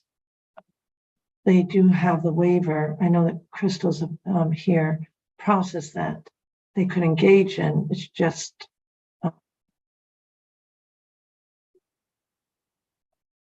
I'm not sure when they say build, what that really means in terms of rebuilding. Yeah, that's why I'm not suggesting a blanket waiver at Right. all. I think the onus should be on the operator to demonstrate the need for it. So I agree. I don't know what that language means. I don't want to misinterpret it. But I do want to have the opportunity available should an operator face a real challenge in getting this up and running. But that would be the process, right? With the waiver, should they come across a significant challenge. I think Commissioner Skinner and I are looking for that. That's right. That's correct. Thank you. That's correct. Yeah, they would have to show that it's the infeasibility, the difficulty of it, and there is a process to do that. So, Commissioners, any comments on this so far? No, other than I think the opt-in is certainly, I think, the way that we should go. Mm-hmm.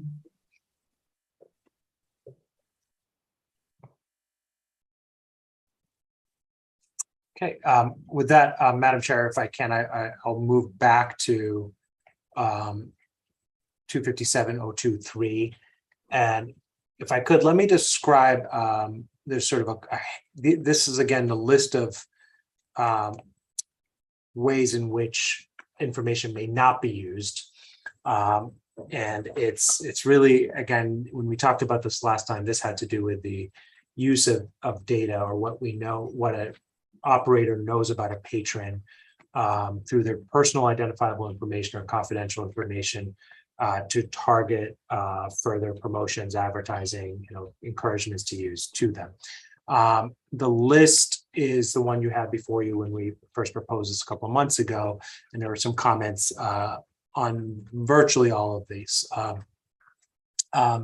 The period of dormancy, as I started referring to, is this, this concern about being that operators would like to be able to actually, if someone has not used their account in a while, or for instance, one of the things I think came up was if they know somebody's a seasonal player, they play a particular sport, is that considered a period of dormancy, and should they be able to advertise directly?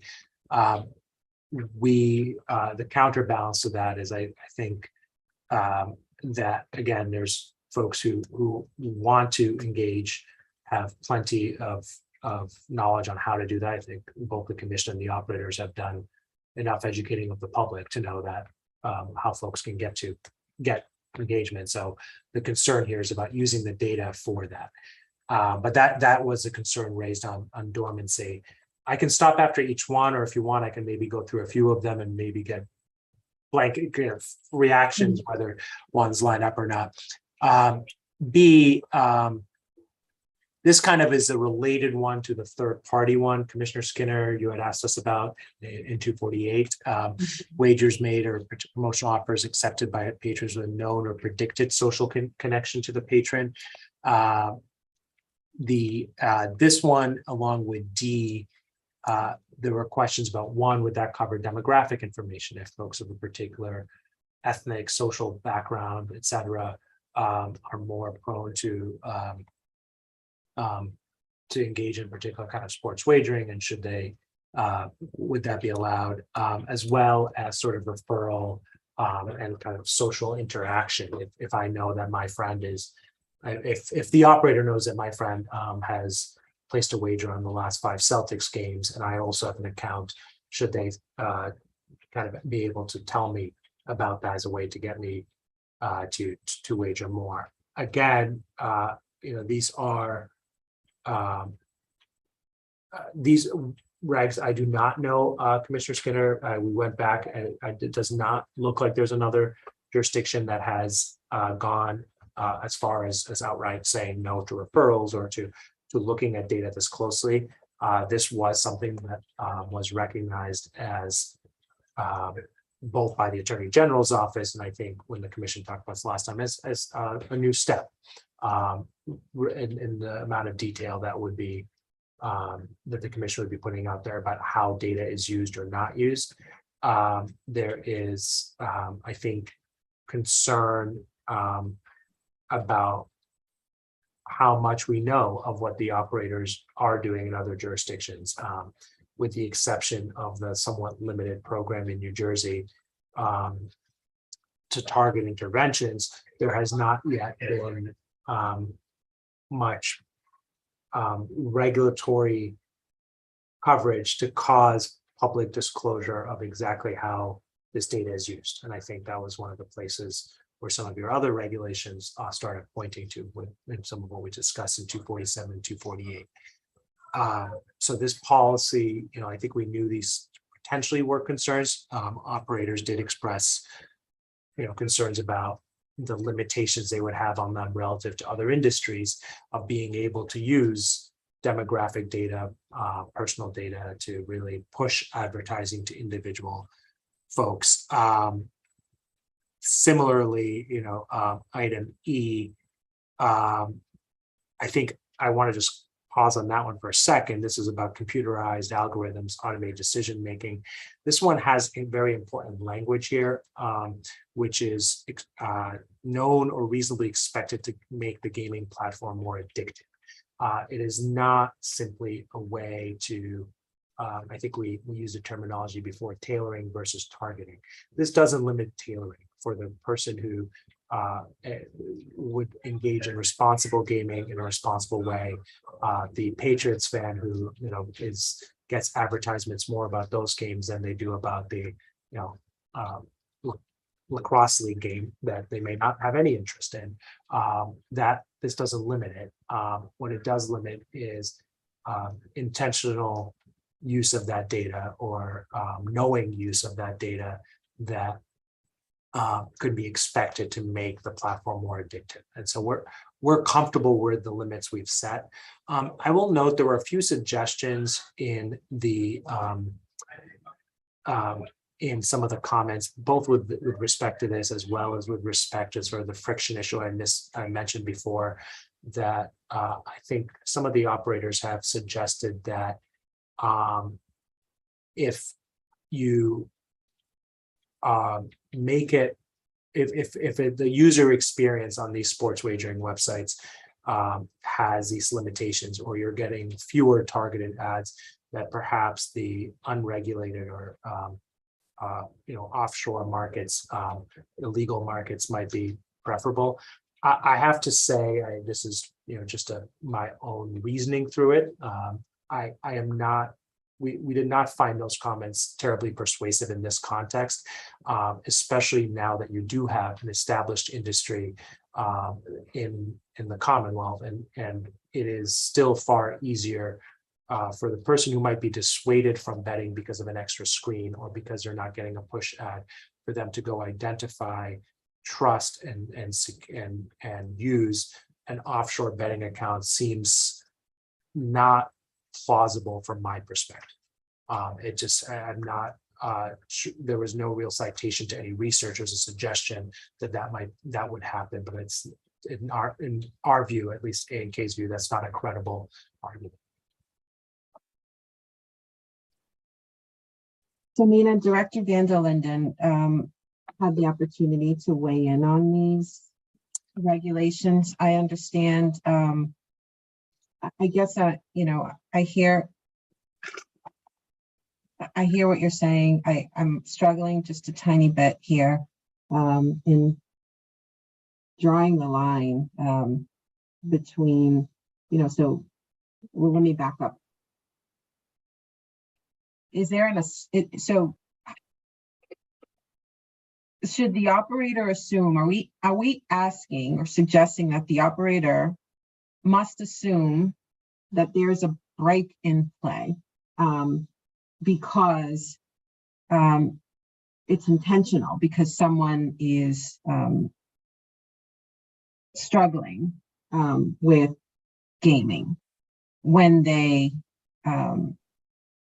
have a period of dormancy, for instance, from one season to the next, one NFL season to the next? So are we asking the operator to assume that that is because that individual wants to take a break from gambling because they may be struggling with a gambling, related harm? How are we thinking about that? And so I'd love to hear from Mark on that point, and not to put him on the spot. I think that there's some validity to that dormancy question in particular. You have someone who is only interested in sports wagering during the NFL season, no other time, and they take a break. Or it's not a break, but it's no longer the NFL season. Super Bowl has happened and they're done until September rolls around. So is that the situation that we envision, where we're saying you cannot reach out to that individual once the season starts up again and offer, a promotion? So before Director Van der Linden, if he's still here, I'm not sure I see him on the screen, but it weighs in. I think not exactly. And I think the language here is that it's using that personal information about their dormancy to promote or encourage specific wagers or promotional offers. And so if the person has clearly signed up for, has only bet on the Patriots, and maybe my example before wasn't great, but if they've only bet on the Patriots and they've only bet on the NFL season, it's not the reason that they're getting an ad is because they've shown an interest in sports wagering on the NFL.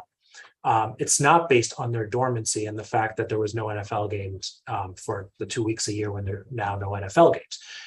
It's because the activity they're interested in is now being re-advertised to them.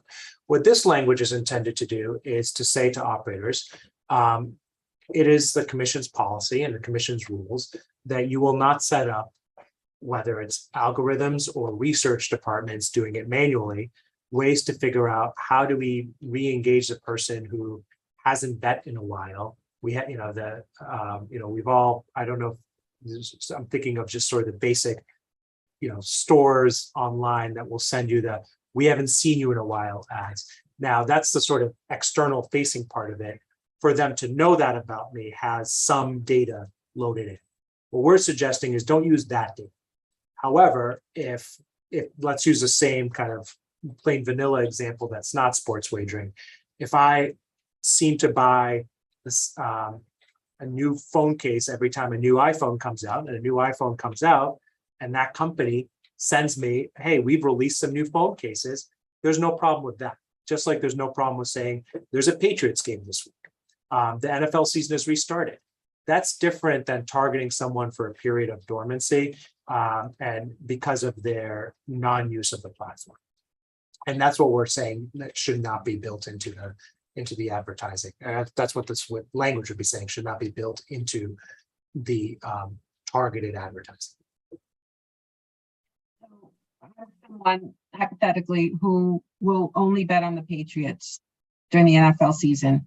So an operator cannot send me, in your scenario, cannot send me a promotion or a welcome back offer dealing with the Patriots, but that operator can send me a promotion or welcome back offer just because it's the general start of the NFL season.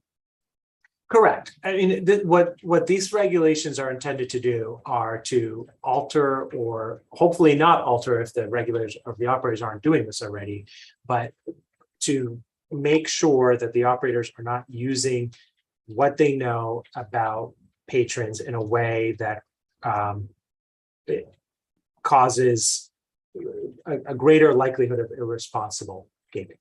They can't know for sure the intent of why someone has been dormant or not, but they can tell if someone has been dormant. And if they're going to bake that factor into the data that they're looking at to figure out who to get advertising to, that's a problem, as opposed to figuring out what they do wager on and what they are interested in. That's completely legitimate to get people tailored wagering opportunities, tailored promotions for what they do wager on. The concern is really in the back end, in the back room creation of the advertising and the targeting of the advertising to avoid it going to folks based on criteria that in our conversations with responsible gaming and the Attorney General's office suggest are more likely to suggest wanting to take a break or potential for irresponsible gaming. Mm-hmm. There was a comment that I think Chief Reinheimer made that suggested that whatever that data is that the operators have, that should be reported to the commission. And so I can't remember if that's something that was adopted in this draft regulation. It's not in 257, but I believe it's in either 238 or 248 with respect to the information regarding how, what their practices are for the use of data and how they use it. Because I think ultimately that is the part that is going to require some work, is figuring out how the commission can actually tell the difference, right? If all I get at the end of the day is the email of, you should bet on this Patriots game. Is it because data was pulled about me that suggests that I enjoy the NFL and I enjoy wagering on the NFL, or is it because of something that is not allowed if this reg were in place, right? My dormancy, my use of a responsible gaming feature, et cetera. Right. I see. It's very nuanced, the distinction, and it's hard for me to understand. And I think dormancy is the simplest way to talk about it, or way to apply the distinction that, you can kind of see it. But in these other categories, I wonder, to your point, how obvious it is to understand from an operator's perspective, Right. what you can, what you can do and what you can't do. So I think we should think about that a little bit, and just, I'm going to try to kick it back to, or kick it to Director Vanderlinden, because I think that I'm interested in hearing his responsible gaming perspective, Madam Chair, if that's appropriate, and if Mark is amenable. So I don't see Director Vanderlinden here today. I think he might be returning today for some reason. That's in my head. I thought he was on earlier. I'm sorry. I thought he was on. I did see him on earlier. No, Okay. don't see him. Yeah. He was definitely on earlier, but he's not on now. You are correct. Yeah. Oh, my apologies.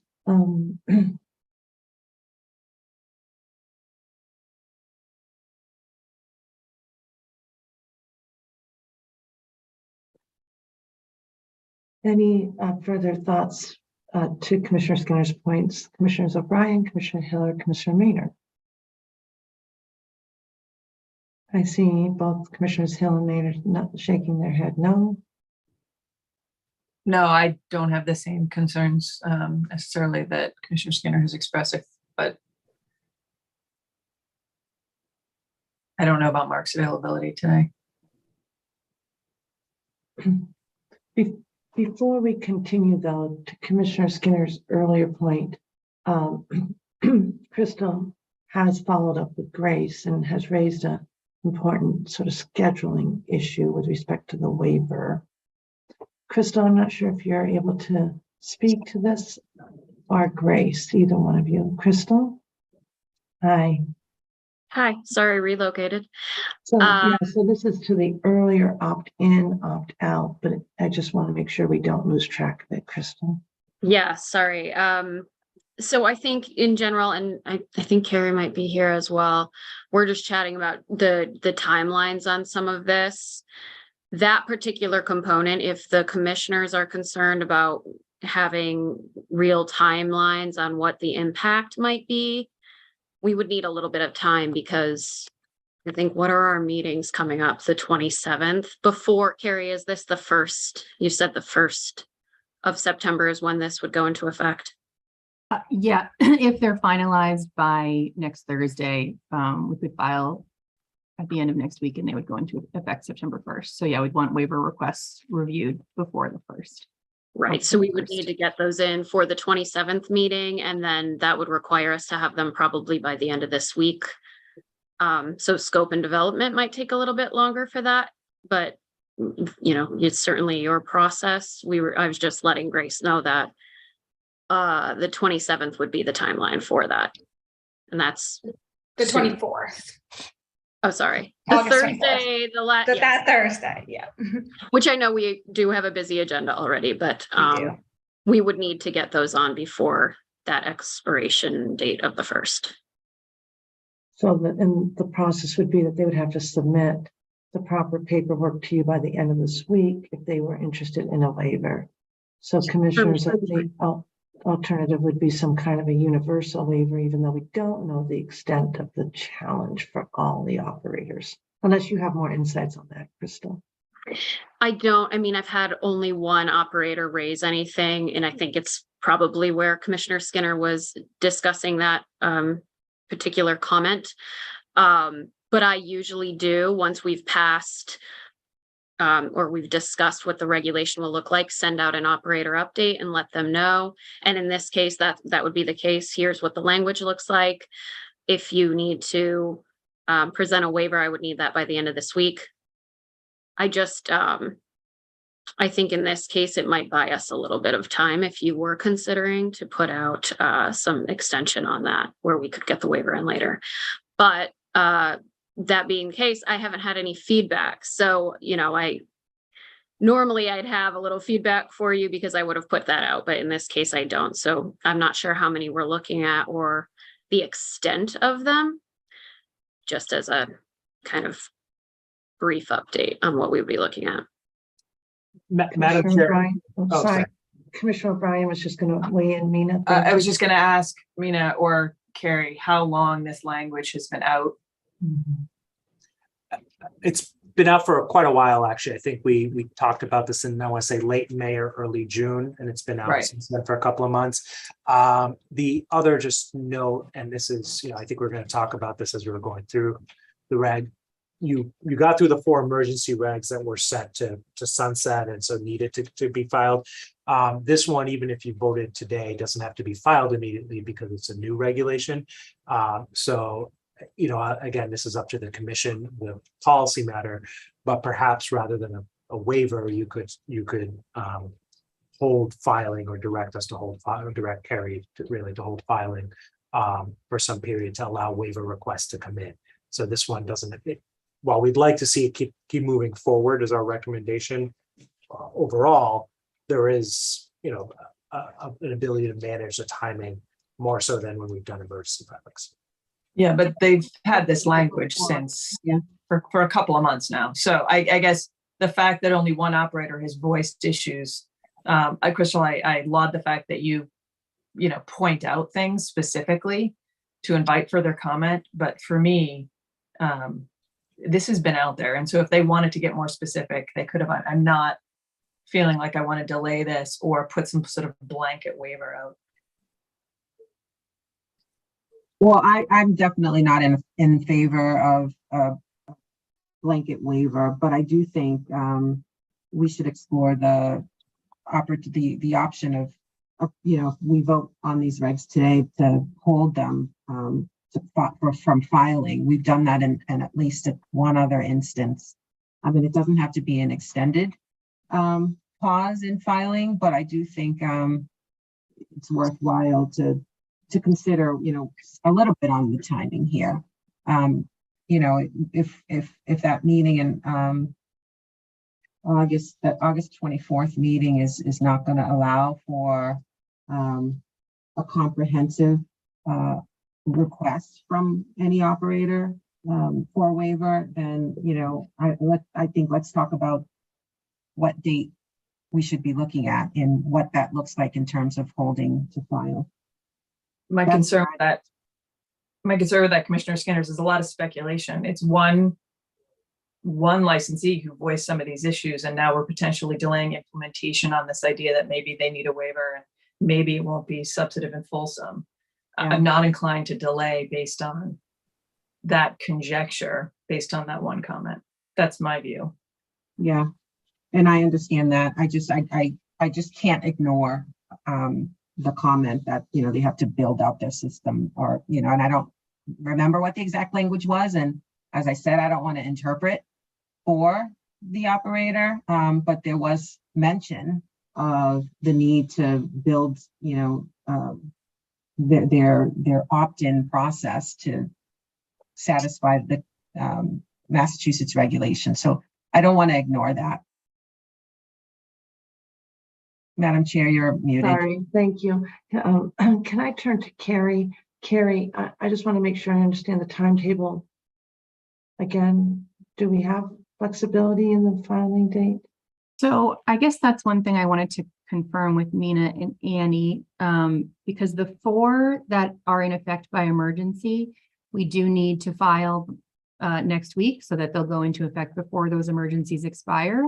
And I know that there's a bit of overlap on some topics and some cross references in 257 with the other 4. So, and I apologize, I'm sort of stepping in here on Caitlin's reg, so I'm not as familiar with the data privacy reg, but I just want to make sure that if we hold 257 for a couple of weeks or however long, that won't impact the filing of the other 4 that we would need to file next week. Yeah, so Carrie, and I think the short answer is there's definitely a preference if they do go all together, because there's some of the definitions do play into each other. However, the emergency regs have been out as an emergency without 257 promulgated, and so I think they've already been in place. Really the only effect of not having 257 in place is that it does leave technically some ambiguity on what confidential information and personally identifiable information means. However, I believe in at least some of these regs we redefined it, so that's okay. And then you may have and you clearly, the commission has taken a view on, will have taken a view on what those words mean, because it might have voted a reg that's not filed yet. So I think that's it's a matter of preference to try to get all of them in at the same time. You could do a blanket waiver on one section. You could do partial waivers. That's as another option. So with that, I'll just response, remind everyone that they do have the process for a waiver to get something in by the end of the week. So just that we would roll it into the 24th, so that we could keep this reg going. That's not necessarily optimal, but it's doable, right, Crystal? Doable. Yeah, I think what you might be looking at in that case, which is fine, is some people needing to extend their waiver, because at this point it'd be a bit of speculation as to how long implementing this might take. And I'm sure they'd get something in for a reasonable amount of time, but then we just might have to extend some. And right now we only know of one that has really raised a concern. Concretely, like I haven't reviewed everything, but I only know of one concretely. I think it Commissioner- is only one. Yeah. So, in that case, I mean, I don't want to, put myself out on a limb here. And so I'm okay. I mean, if that one operator is unable to comply with the regulation once it takes effect, and they only have until the end of the week to get in a waiver request, then they should be required to do so. Yeah. And Madam Chair, I can just confirm 238 does include the definitions I mentioned. So they are in either way. And then there's only one cross-reference to 257 in the other regs. That In actually, other words, we could hold this if we wanted to. if that's the decision, yeah, I think there is a way to hold it. It would require a little tweaking to get that cross-reference for the Secretary of State's office's role, but that's. and then There's a little Madam, practicality in me that we'd be going through this process again, reviewing this regulation one more time. But Commissioner Skinner, I'm hearing you and you're concerned, but I also do hear that it sounds as though only one operator is keeping track of this at this point. Yeah. And I don't want to ask my fellow commissioners to hold this and review it, a second time in a couple weeks. But just a clarifying question. The waiver request needing to be in by the end of the week, where does that come from? That's essentially process, because you guys would need a memo next, Thursday. I'd need to write it Monday and they'd need to get it in so I could review it. It's just timeline. Yeah. Okay. Okay. If there's any flexibility in that timeline, at least, perhaps we could consider it extending those timelines a little bit. But I'm good. Thank you. Okay. Should we continue then? Sure, Madam Chair, if that's okay with you. I'm on. Madam Chair, Yes, Commissioner Hill, do you need a break? I do. I was looking at my timeline and this watch, and I was thinking, nobody's asked yet.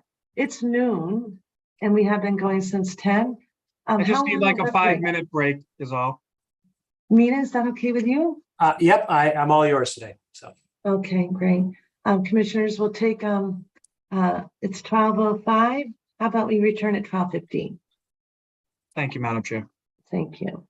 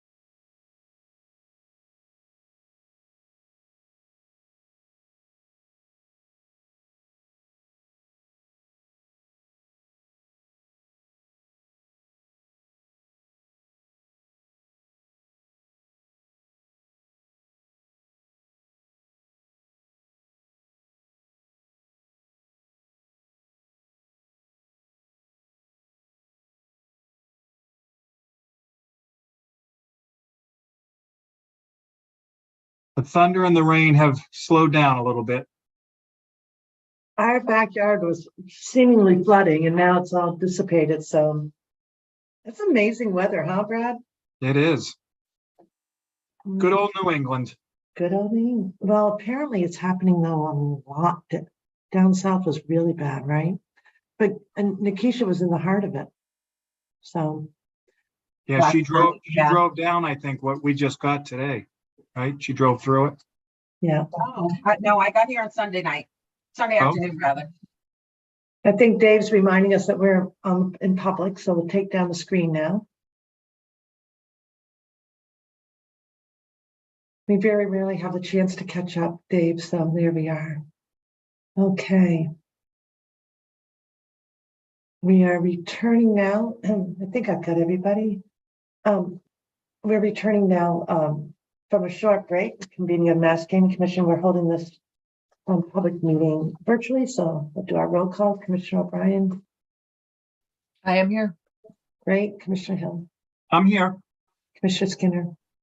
I'm here. And Commissioner Maynard. I am here. Okay, so we'll turn back, curious. I may have scrolled, so I probably need to be reminded exactly where we are. Are we still at subsection 3? Correct, Madam Chair. It's on page 162 of the packet. Okay. So I had summarized subsections A through E, which were the existing prohibitions on use of data. I think we then had a discussion about the opt-in procedure and then just generally these procedures, which may require some programming, but in general, this is where the operators' own operations and how they do their marketing, I think, will be what's directly affected. So I don't know if there are further comments on this. With respect, I think there are comments, just a question that Commissioner Skinner asked before, and I don't know if I gave a clear answer on Director Vanderlinden's review of this. He certainly reviewed this language in A through E beforehand. I do not know if he's had a chance to really take a look at the comments from operators. However, I don't think the operators, any of the operators suggested that these would be counter to responsible gaming practices. They were really reflecting on the requirements for them to change how they operate.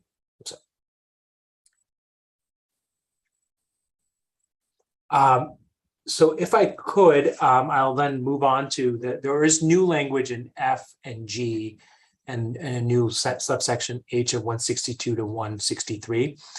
These were the only new recommendations from the Attorney General's office in their review of this post during the comment period, as well as during the and as they were seeing comments from others. They have added F, G, and H all really get into uses of measures to promote play management. So, this seems in a lot of ways as a fairly obvious one, but I think their preference was to have it stated was that operators can't use the fact that someone has signed up for cooling off periods or responsible gaming measures as a way to target promotional offers or particular wagers to them. This was actually, I think, consistent with a concern the operators brought up a long time ago with the play management regs, that they wanted to be careful not to be sending additional notices to folks who have put themselves on cooling off. So we thought this language made sense to add. And I think, as my colleague Lon would probably chime in to say, this is an iterative process, and I think this is a kind of more detailed portion that might be helpful to see and may actually give greater clarity to exactly what kind of data not to use as operators figure this out as well.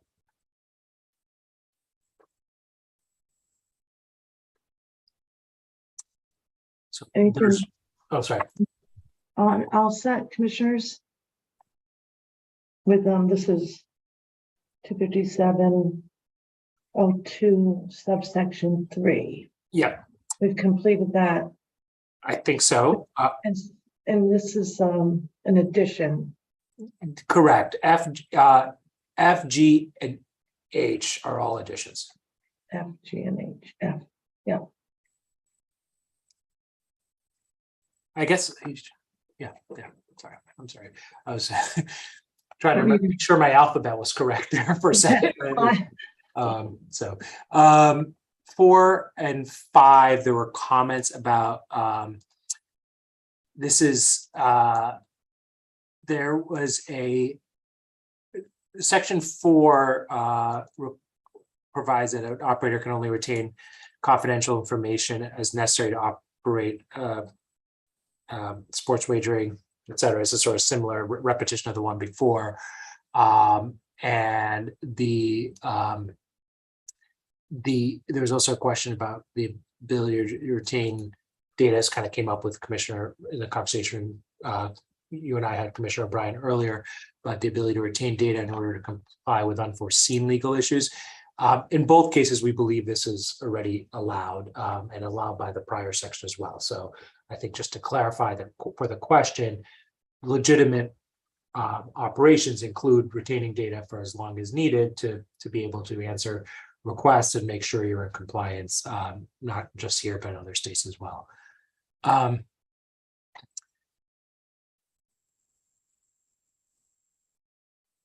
There was in subsection 5, this has to do with, this is the sort of intervention section, or, you know, the sort of threshold to potentially being able to use data for interventions to promote responsible gaming. Both the operators and the AGO, you know, I think welcomed this as an opportunity, but also wanted further clarification on it. For implementation, I think when we have discussed this in the past, this was a project that we thought was, rather than having in this regulation, might be something that as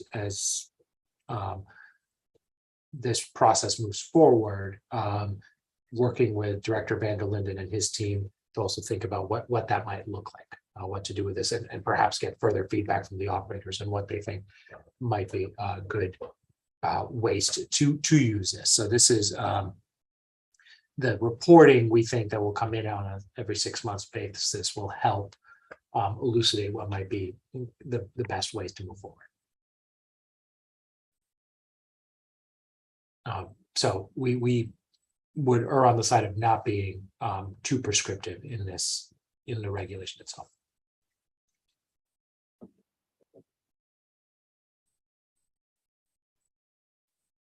Questions? Guess we're all set, Nina. 257.03, I think this is a familiar comment about the, you know, the use, the sort of ability to collect this data and the purposes it's used for. Again, I think a patron's confidential personal information can be used really for anything that's shared if needed for the purposes necessary to comply with laws, but also to operate the sports wagering facility or platform. So again, we're comfortable with the language as is. If you were to add anything, it would be to add the highlighted language in 257.02.1 that we talked about before.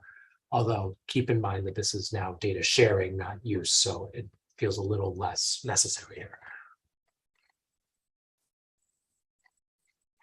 Nina, in another 6 months to 2 years, is that going to be confusing? That has changed. That's why we didn't add that on. Well, it looked like an error, or, you know, that's the only thing I'm thinking by not, but the point sharing is different. I get that. Yeah, Madam Chair, even as I'm describing it today, I do see that point. I actually I would, you know, if I'm sort of 60-40 for adding it, so I might suggest adding it for that reason, to avoid having, you know, why does it look different in one section than another? So that they don't have to come back to August 8th, 12:30 p.m. and find out why we left that language out. Yeah, 12:26, because if they do 12:30, it'll be too late, but yeah. Thanks. I was rounding up.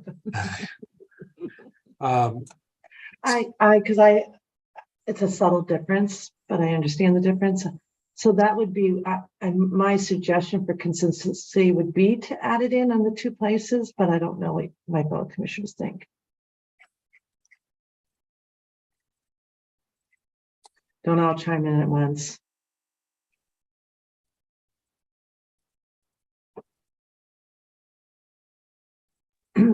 So the language, if you recall, Commissioner O'Brien, we added the word filed before the legal claims language, that they felt that it was a little bit too prescriptive, but again, use and sharing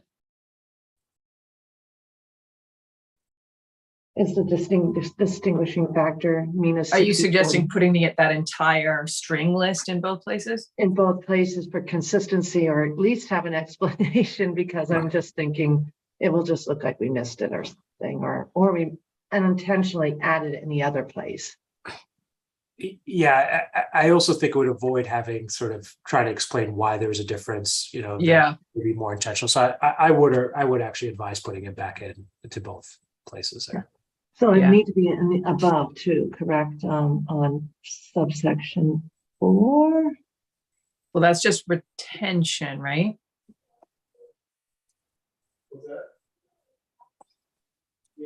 That's retention, the other sharing, and then the other was use. Right. I think it probably belongs in all three, frankly, because you have to retain it to be able to share it or use it. So just to make it easier.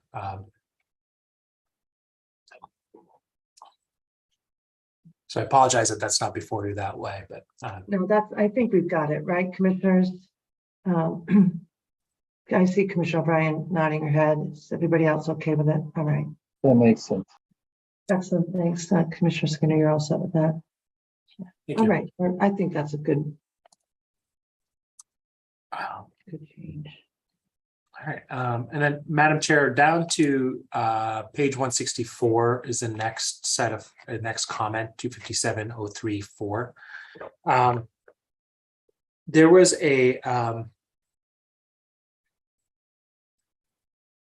was a comment that encryption generally is not commercially reasonable. We're not inclined to accept that comment.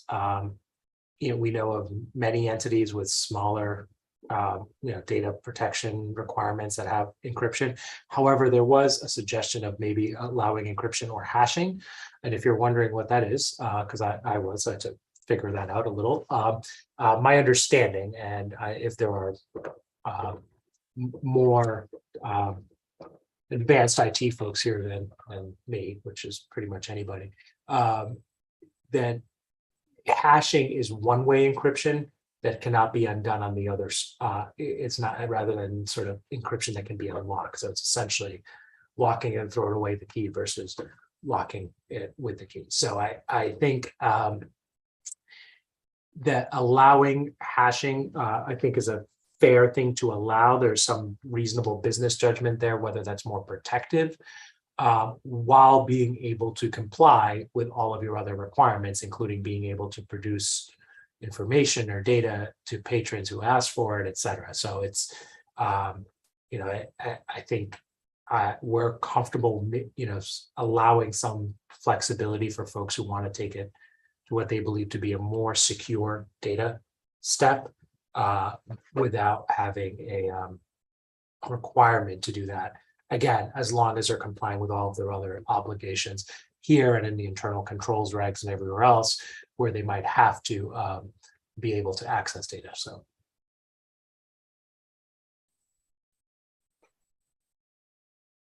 No objections, right?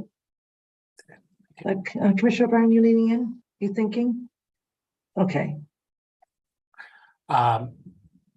Page 165, this is 257.04 is a section dealing with patron access. There were a couple of comments on this section. One of the question, there was a question, not a request for change, whether this section would apply to de-identified data. And I think the answer is, most likely no. We can't envision a way where a patron would have a right to access data that's been de-identified and aggregated, especially if it can't be pulled aside as their data. to see what's been said, what's being held about that. So the answer there would be no. We did make one change consistent with the above about the intervening pages to make requests or consent. Again, if the intervening pages are necessary to complete the job of doing that, that's fine. The idea is that you're not getting offers or promotions in the way of sort of to lure you out of doing what you started to do with PatronX, with getting your data. There was also a comment in 257.04D, and I think I referenced this earlier because it came up at one of the other sections, either 247 or 248, that some operators expressed a concern that this may suggest to patrons that they can sort of add whatever restrictions they want on their data. I think that is not true because of the rest of this regulation, which sets out a process for responding to those requests, including letting the patron know, I'm sorry that you want us to commit to never give this to in response to a subpoena. That's just not something we can legally do. That's a kind of a silly example, but there are, whatever the reasons you might have to protect your data or retain data and not dispose of it, that's a valid reason to tell a patron, sorry, we can't delete it at this point, or not tell a patron in some cases if there's an investigation ongoing, and as we talked about when we first drafted this. So we understand the concern, but I think it's addressed by the other sections. Subsection 2B, if I could go there, at least one operator, but maybe more, expressed concern that this may be duplicative of the complaint process. This is to the AGO and could conflict with statewide privacy law. Again, given that this, I believe, came from the AG's office, we're not terribly concerned about interaction with their process. And if there is a superseding state law, we obviously will be keeping an eye on that and perhaps revisiting all of this.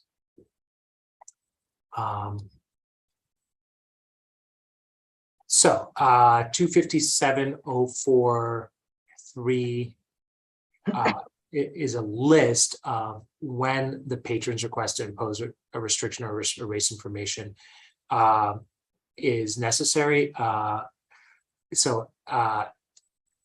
These were phrased as all ors. I think one of the comments, which was a helpful one, was to have a sort of a threshold that that the data does not need to be retained in the first instance, and then the rest for that. This really applies more for deletion than imposing a restriction. So I would say, I guess, two comments, two edits I would make, if that's okay, on a little bit on the fly here. One, we do recommend adding the end. This should be a threshold consideration. Do we need to keep the data? Two, we probably should add here the highlighted language we discussed earlier for consistency, because this is another place where that list shows up. Although actually, you could add it or not because it's kind of covered in B through E as other reasons. The third is just a slight tweak.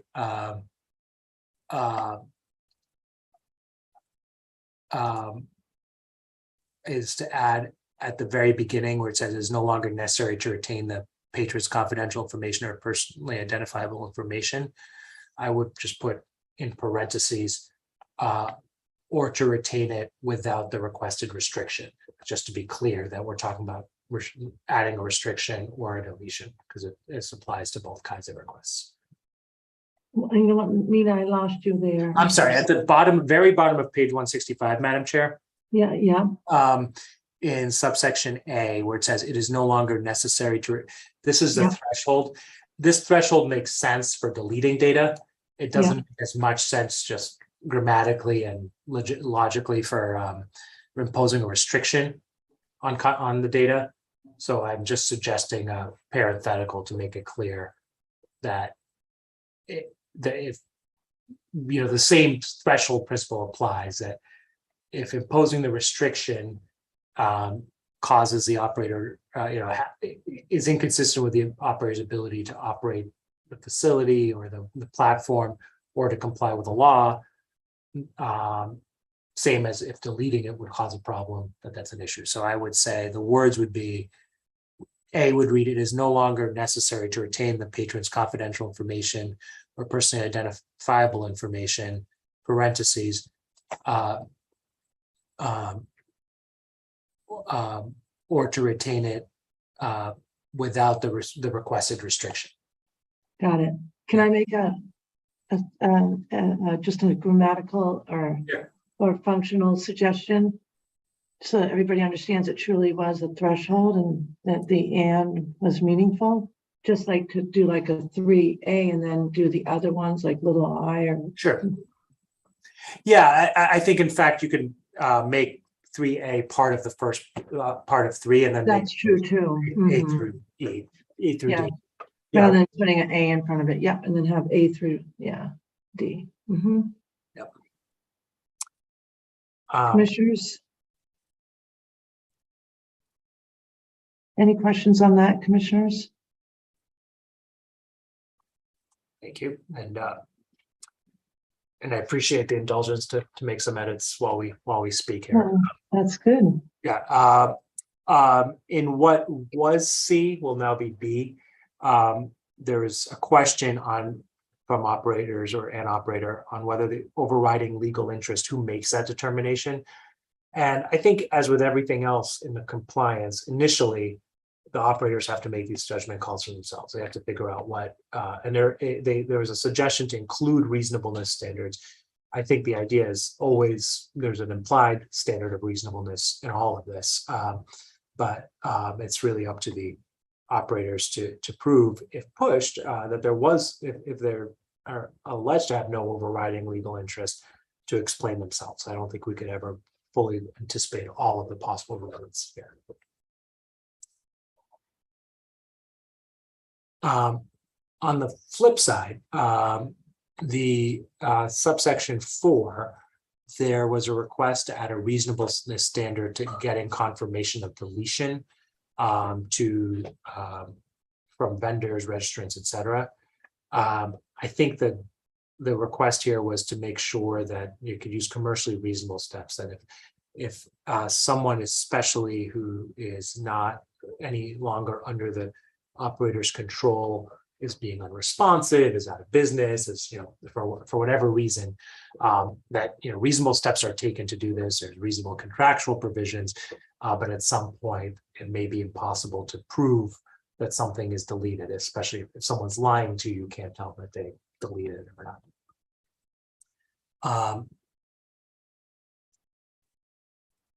25705 shows up as a change. It's really a spacing change, so no new language there. So nothing there. And then we are all the way down to 25706 on page 168. This is the final set of comments. Several operators suggested here that this section be struck and chapter 93H govern entirely instead.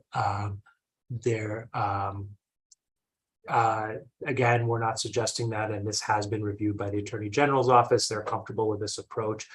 There may be multiple obligations to notify. I think other industries have that same issue, where they might be subject to different data breach rules. And again, the idea is not to supersede or override state law, but to make it clear within this set of regs that govern this industry. Well, Madam Chair, Commissioner Maynard, yeah? Nina, where did the 5 days come from again? So yes, I was going to get to that one next, Commissioner Maynard. I believe that initially came from the Attorney General's draft, and the thought process was on the completed is that there are some times where they have experienced, and this is my recollection of the conversation, so is that they've experienced folks sort of dragging their feet to try to actually investigate the issue and hoping it kind of goes away. That being said, and I think if these things can take a while to really resolve themselves and to figure out what exactly happened, and so we thought it was reasonable to require that the investigation start right away. That there is not sitting on on heels, and there's consistent communication with the commission. I think the expectation is an operator that's had any kind of significant breach would do that. So we adopted something that we view that's sort of a contractual term. You have to start curing a default, usually in a contract, within X periods, and then diligently prosecute the cure. And in this case, it's the same: is start the investigation within the 5 days and then complete it as soon as practicable. If, for instance, data is not accessible during that time, or if you know, as you start pulling on the thread, it becomes a much deeper investigation into a data breach. We don't want folks to rush their investigation either. So we thought it was reasonable to have a starting point with a diligent completion standard, as opposed to having folks constantly come in for a waiver while in the middle of this, asking you for more time. Commissioner Maynard's point, I can't remember, I think it's 93H or is it 93I? 93H. One, for a data breach, one would an entity have to notify the AG's office.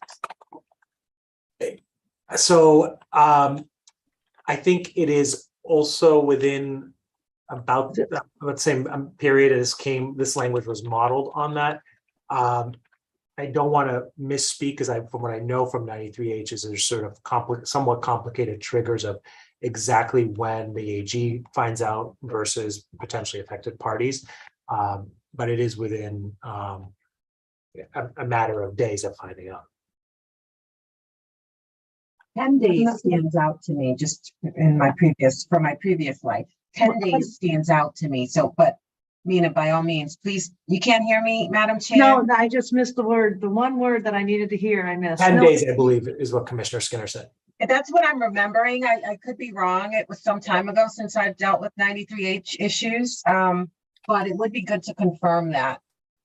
If, to the extent that it's not consistent with 93H, I think, we'd want to understand why. Yeah. So there's sort of two things here. Recall that this is for the investigation piece. The actual notification, to the extent that they have to notify under 93H, they will still be governed by that. And that's to the AG or to the public. I think the idea was the 5 days I know came from the AG's office, partially to have that initial conversation sooner with the operator's regulator, the commission. And it is update. The 10 days, I believe, Commissioner Skinner, has to do with sort of some of the public notifications, 10 business days. So are you saying that you mentioned it's the investigation, but it does say shall immediately notify the commission. So that's what we've said in the elsewhere, immediate. Right. Yeah. And I guess my question was, when does if in our past worlds, I think we're all thinking, when did we have to notify the AG's office? And I couldn't remember if it was a precise or was it immediate?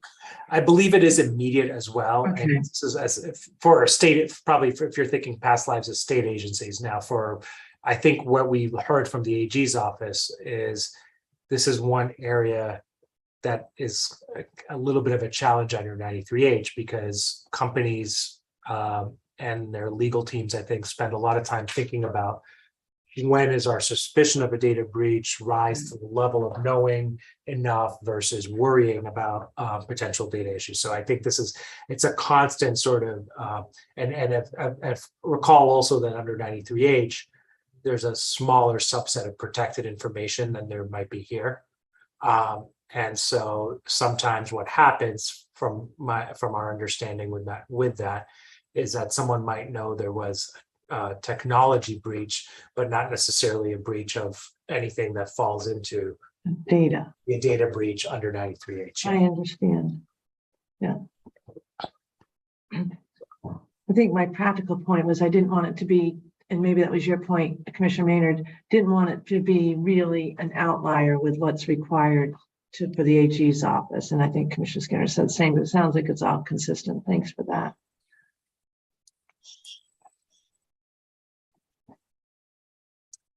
So the last comment here, and it's one that we are not recommending, is in 063. This is just suggestion that, so this provision would allow the commission to require a forensic report, basically from a qualified third party. There's a suggestion to limit that to where there's medium or high level or high risk data to be involved. I think that is not a way that we would recommend the commission tying its hands up front. Especially because one of the reasons you might want a forensic report, and again, I'm not suggesting, bad behavior by any current operator, just if you have an operator in the future say, we had a breach, don't worry about it, nothing big was impacted, it was just very low level stuff, and you have reasons to suspect that, you should be able to request somebody to prove that to you. And so it seems unnecessary to limit that language here. Especially given all the other ways that you have to regulate here. This doesn't seem to be too onerous relative to any of that. Questions, commissioners?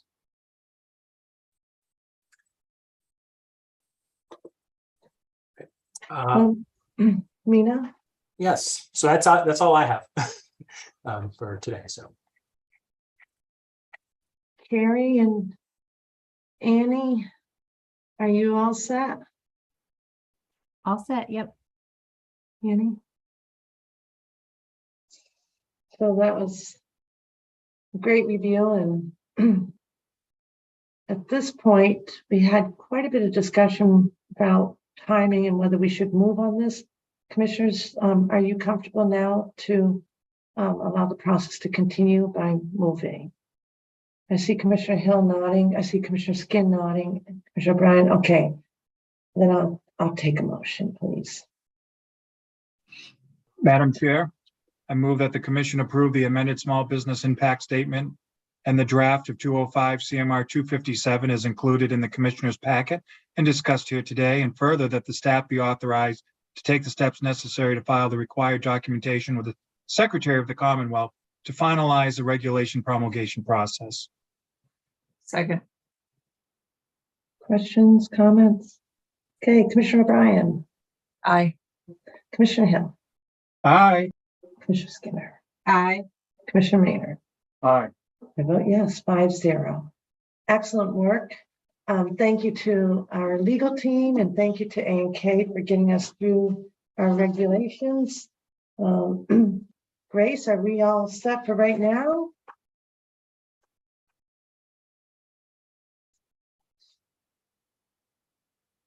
All set.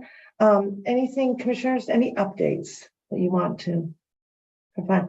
Well, Mina already left. We barely could say thank you to him. He's out of here. you're welcome, Madam Chair. Thank you. I just figured fewer faces on the screen. But yeah, I'm teasing, Mina. Thank you very much for Mina, thank you. And the weather has shifted, so time for you to grab lunch outside your office. I think this the installing privacy regulations may have opened up the skies. So That's exactly right. all right, thank you. We're all about transparency, even with the wet weather. Okay, so thank you, Mina. I'll set commissioners any updates before everyone. Okay, Commissioner Skinner, good luck on your daughter's transition to college. It's an exciting time, and Commissioner O'Brien, enjoy the rest of your vacation. This is nice weather for you now. Commissioners, do we have a motion to adjourn? Move to adjourn. Second. Thanks. Okay, Commissioner O'Brien, Aye. Commissioner Hill, Aye. Commissioner Skinner, Aye. Commissioner Maynard, Aye. and I vote yes. Thanks, everyone. Thank you, Todd. Thank you, Aye. everyone. Thanks to the team. Bye-bye.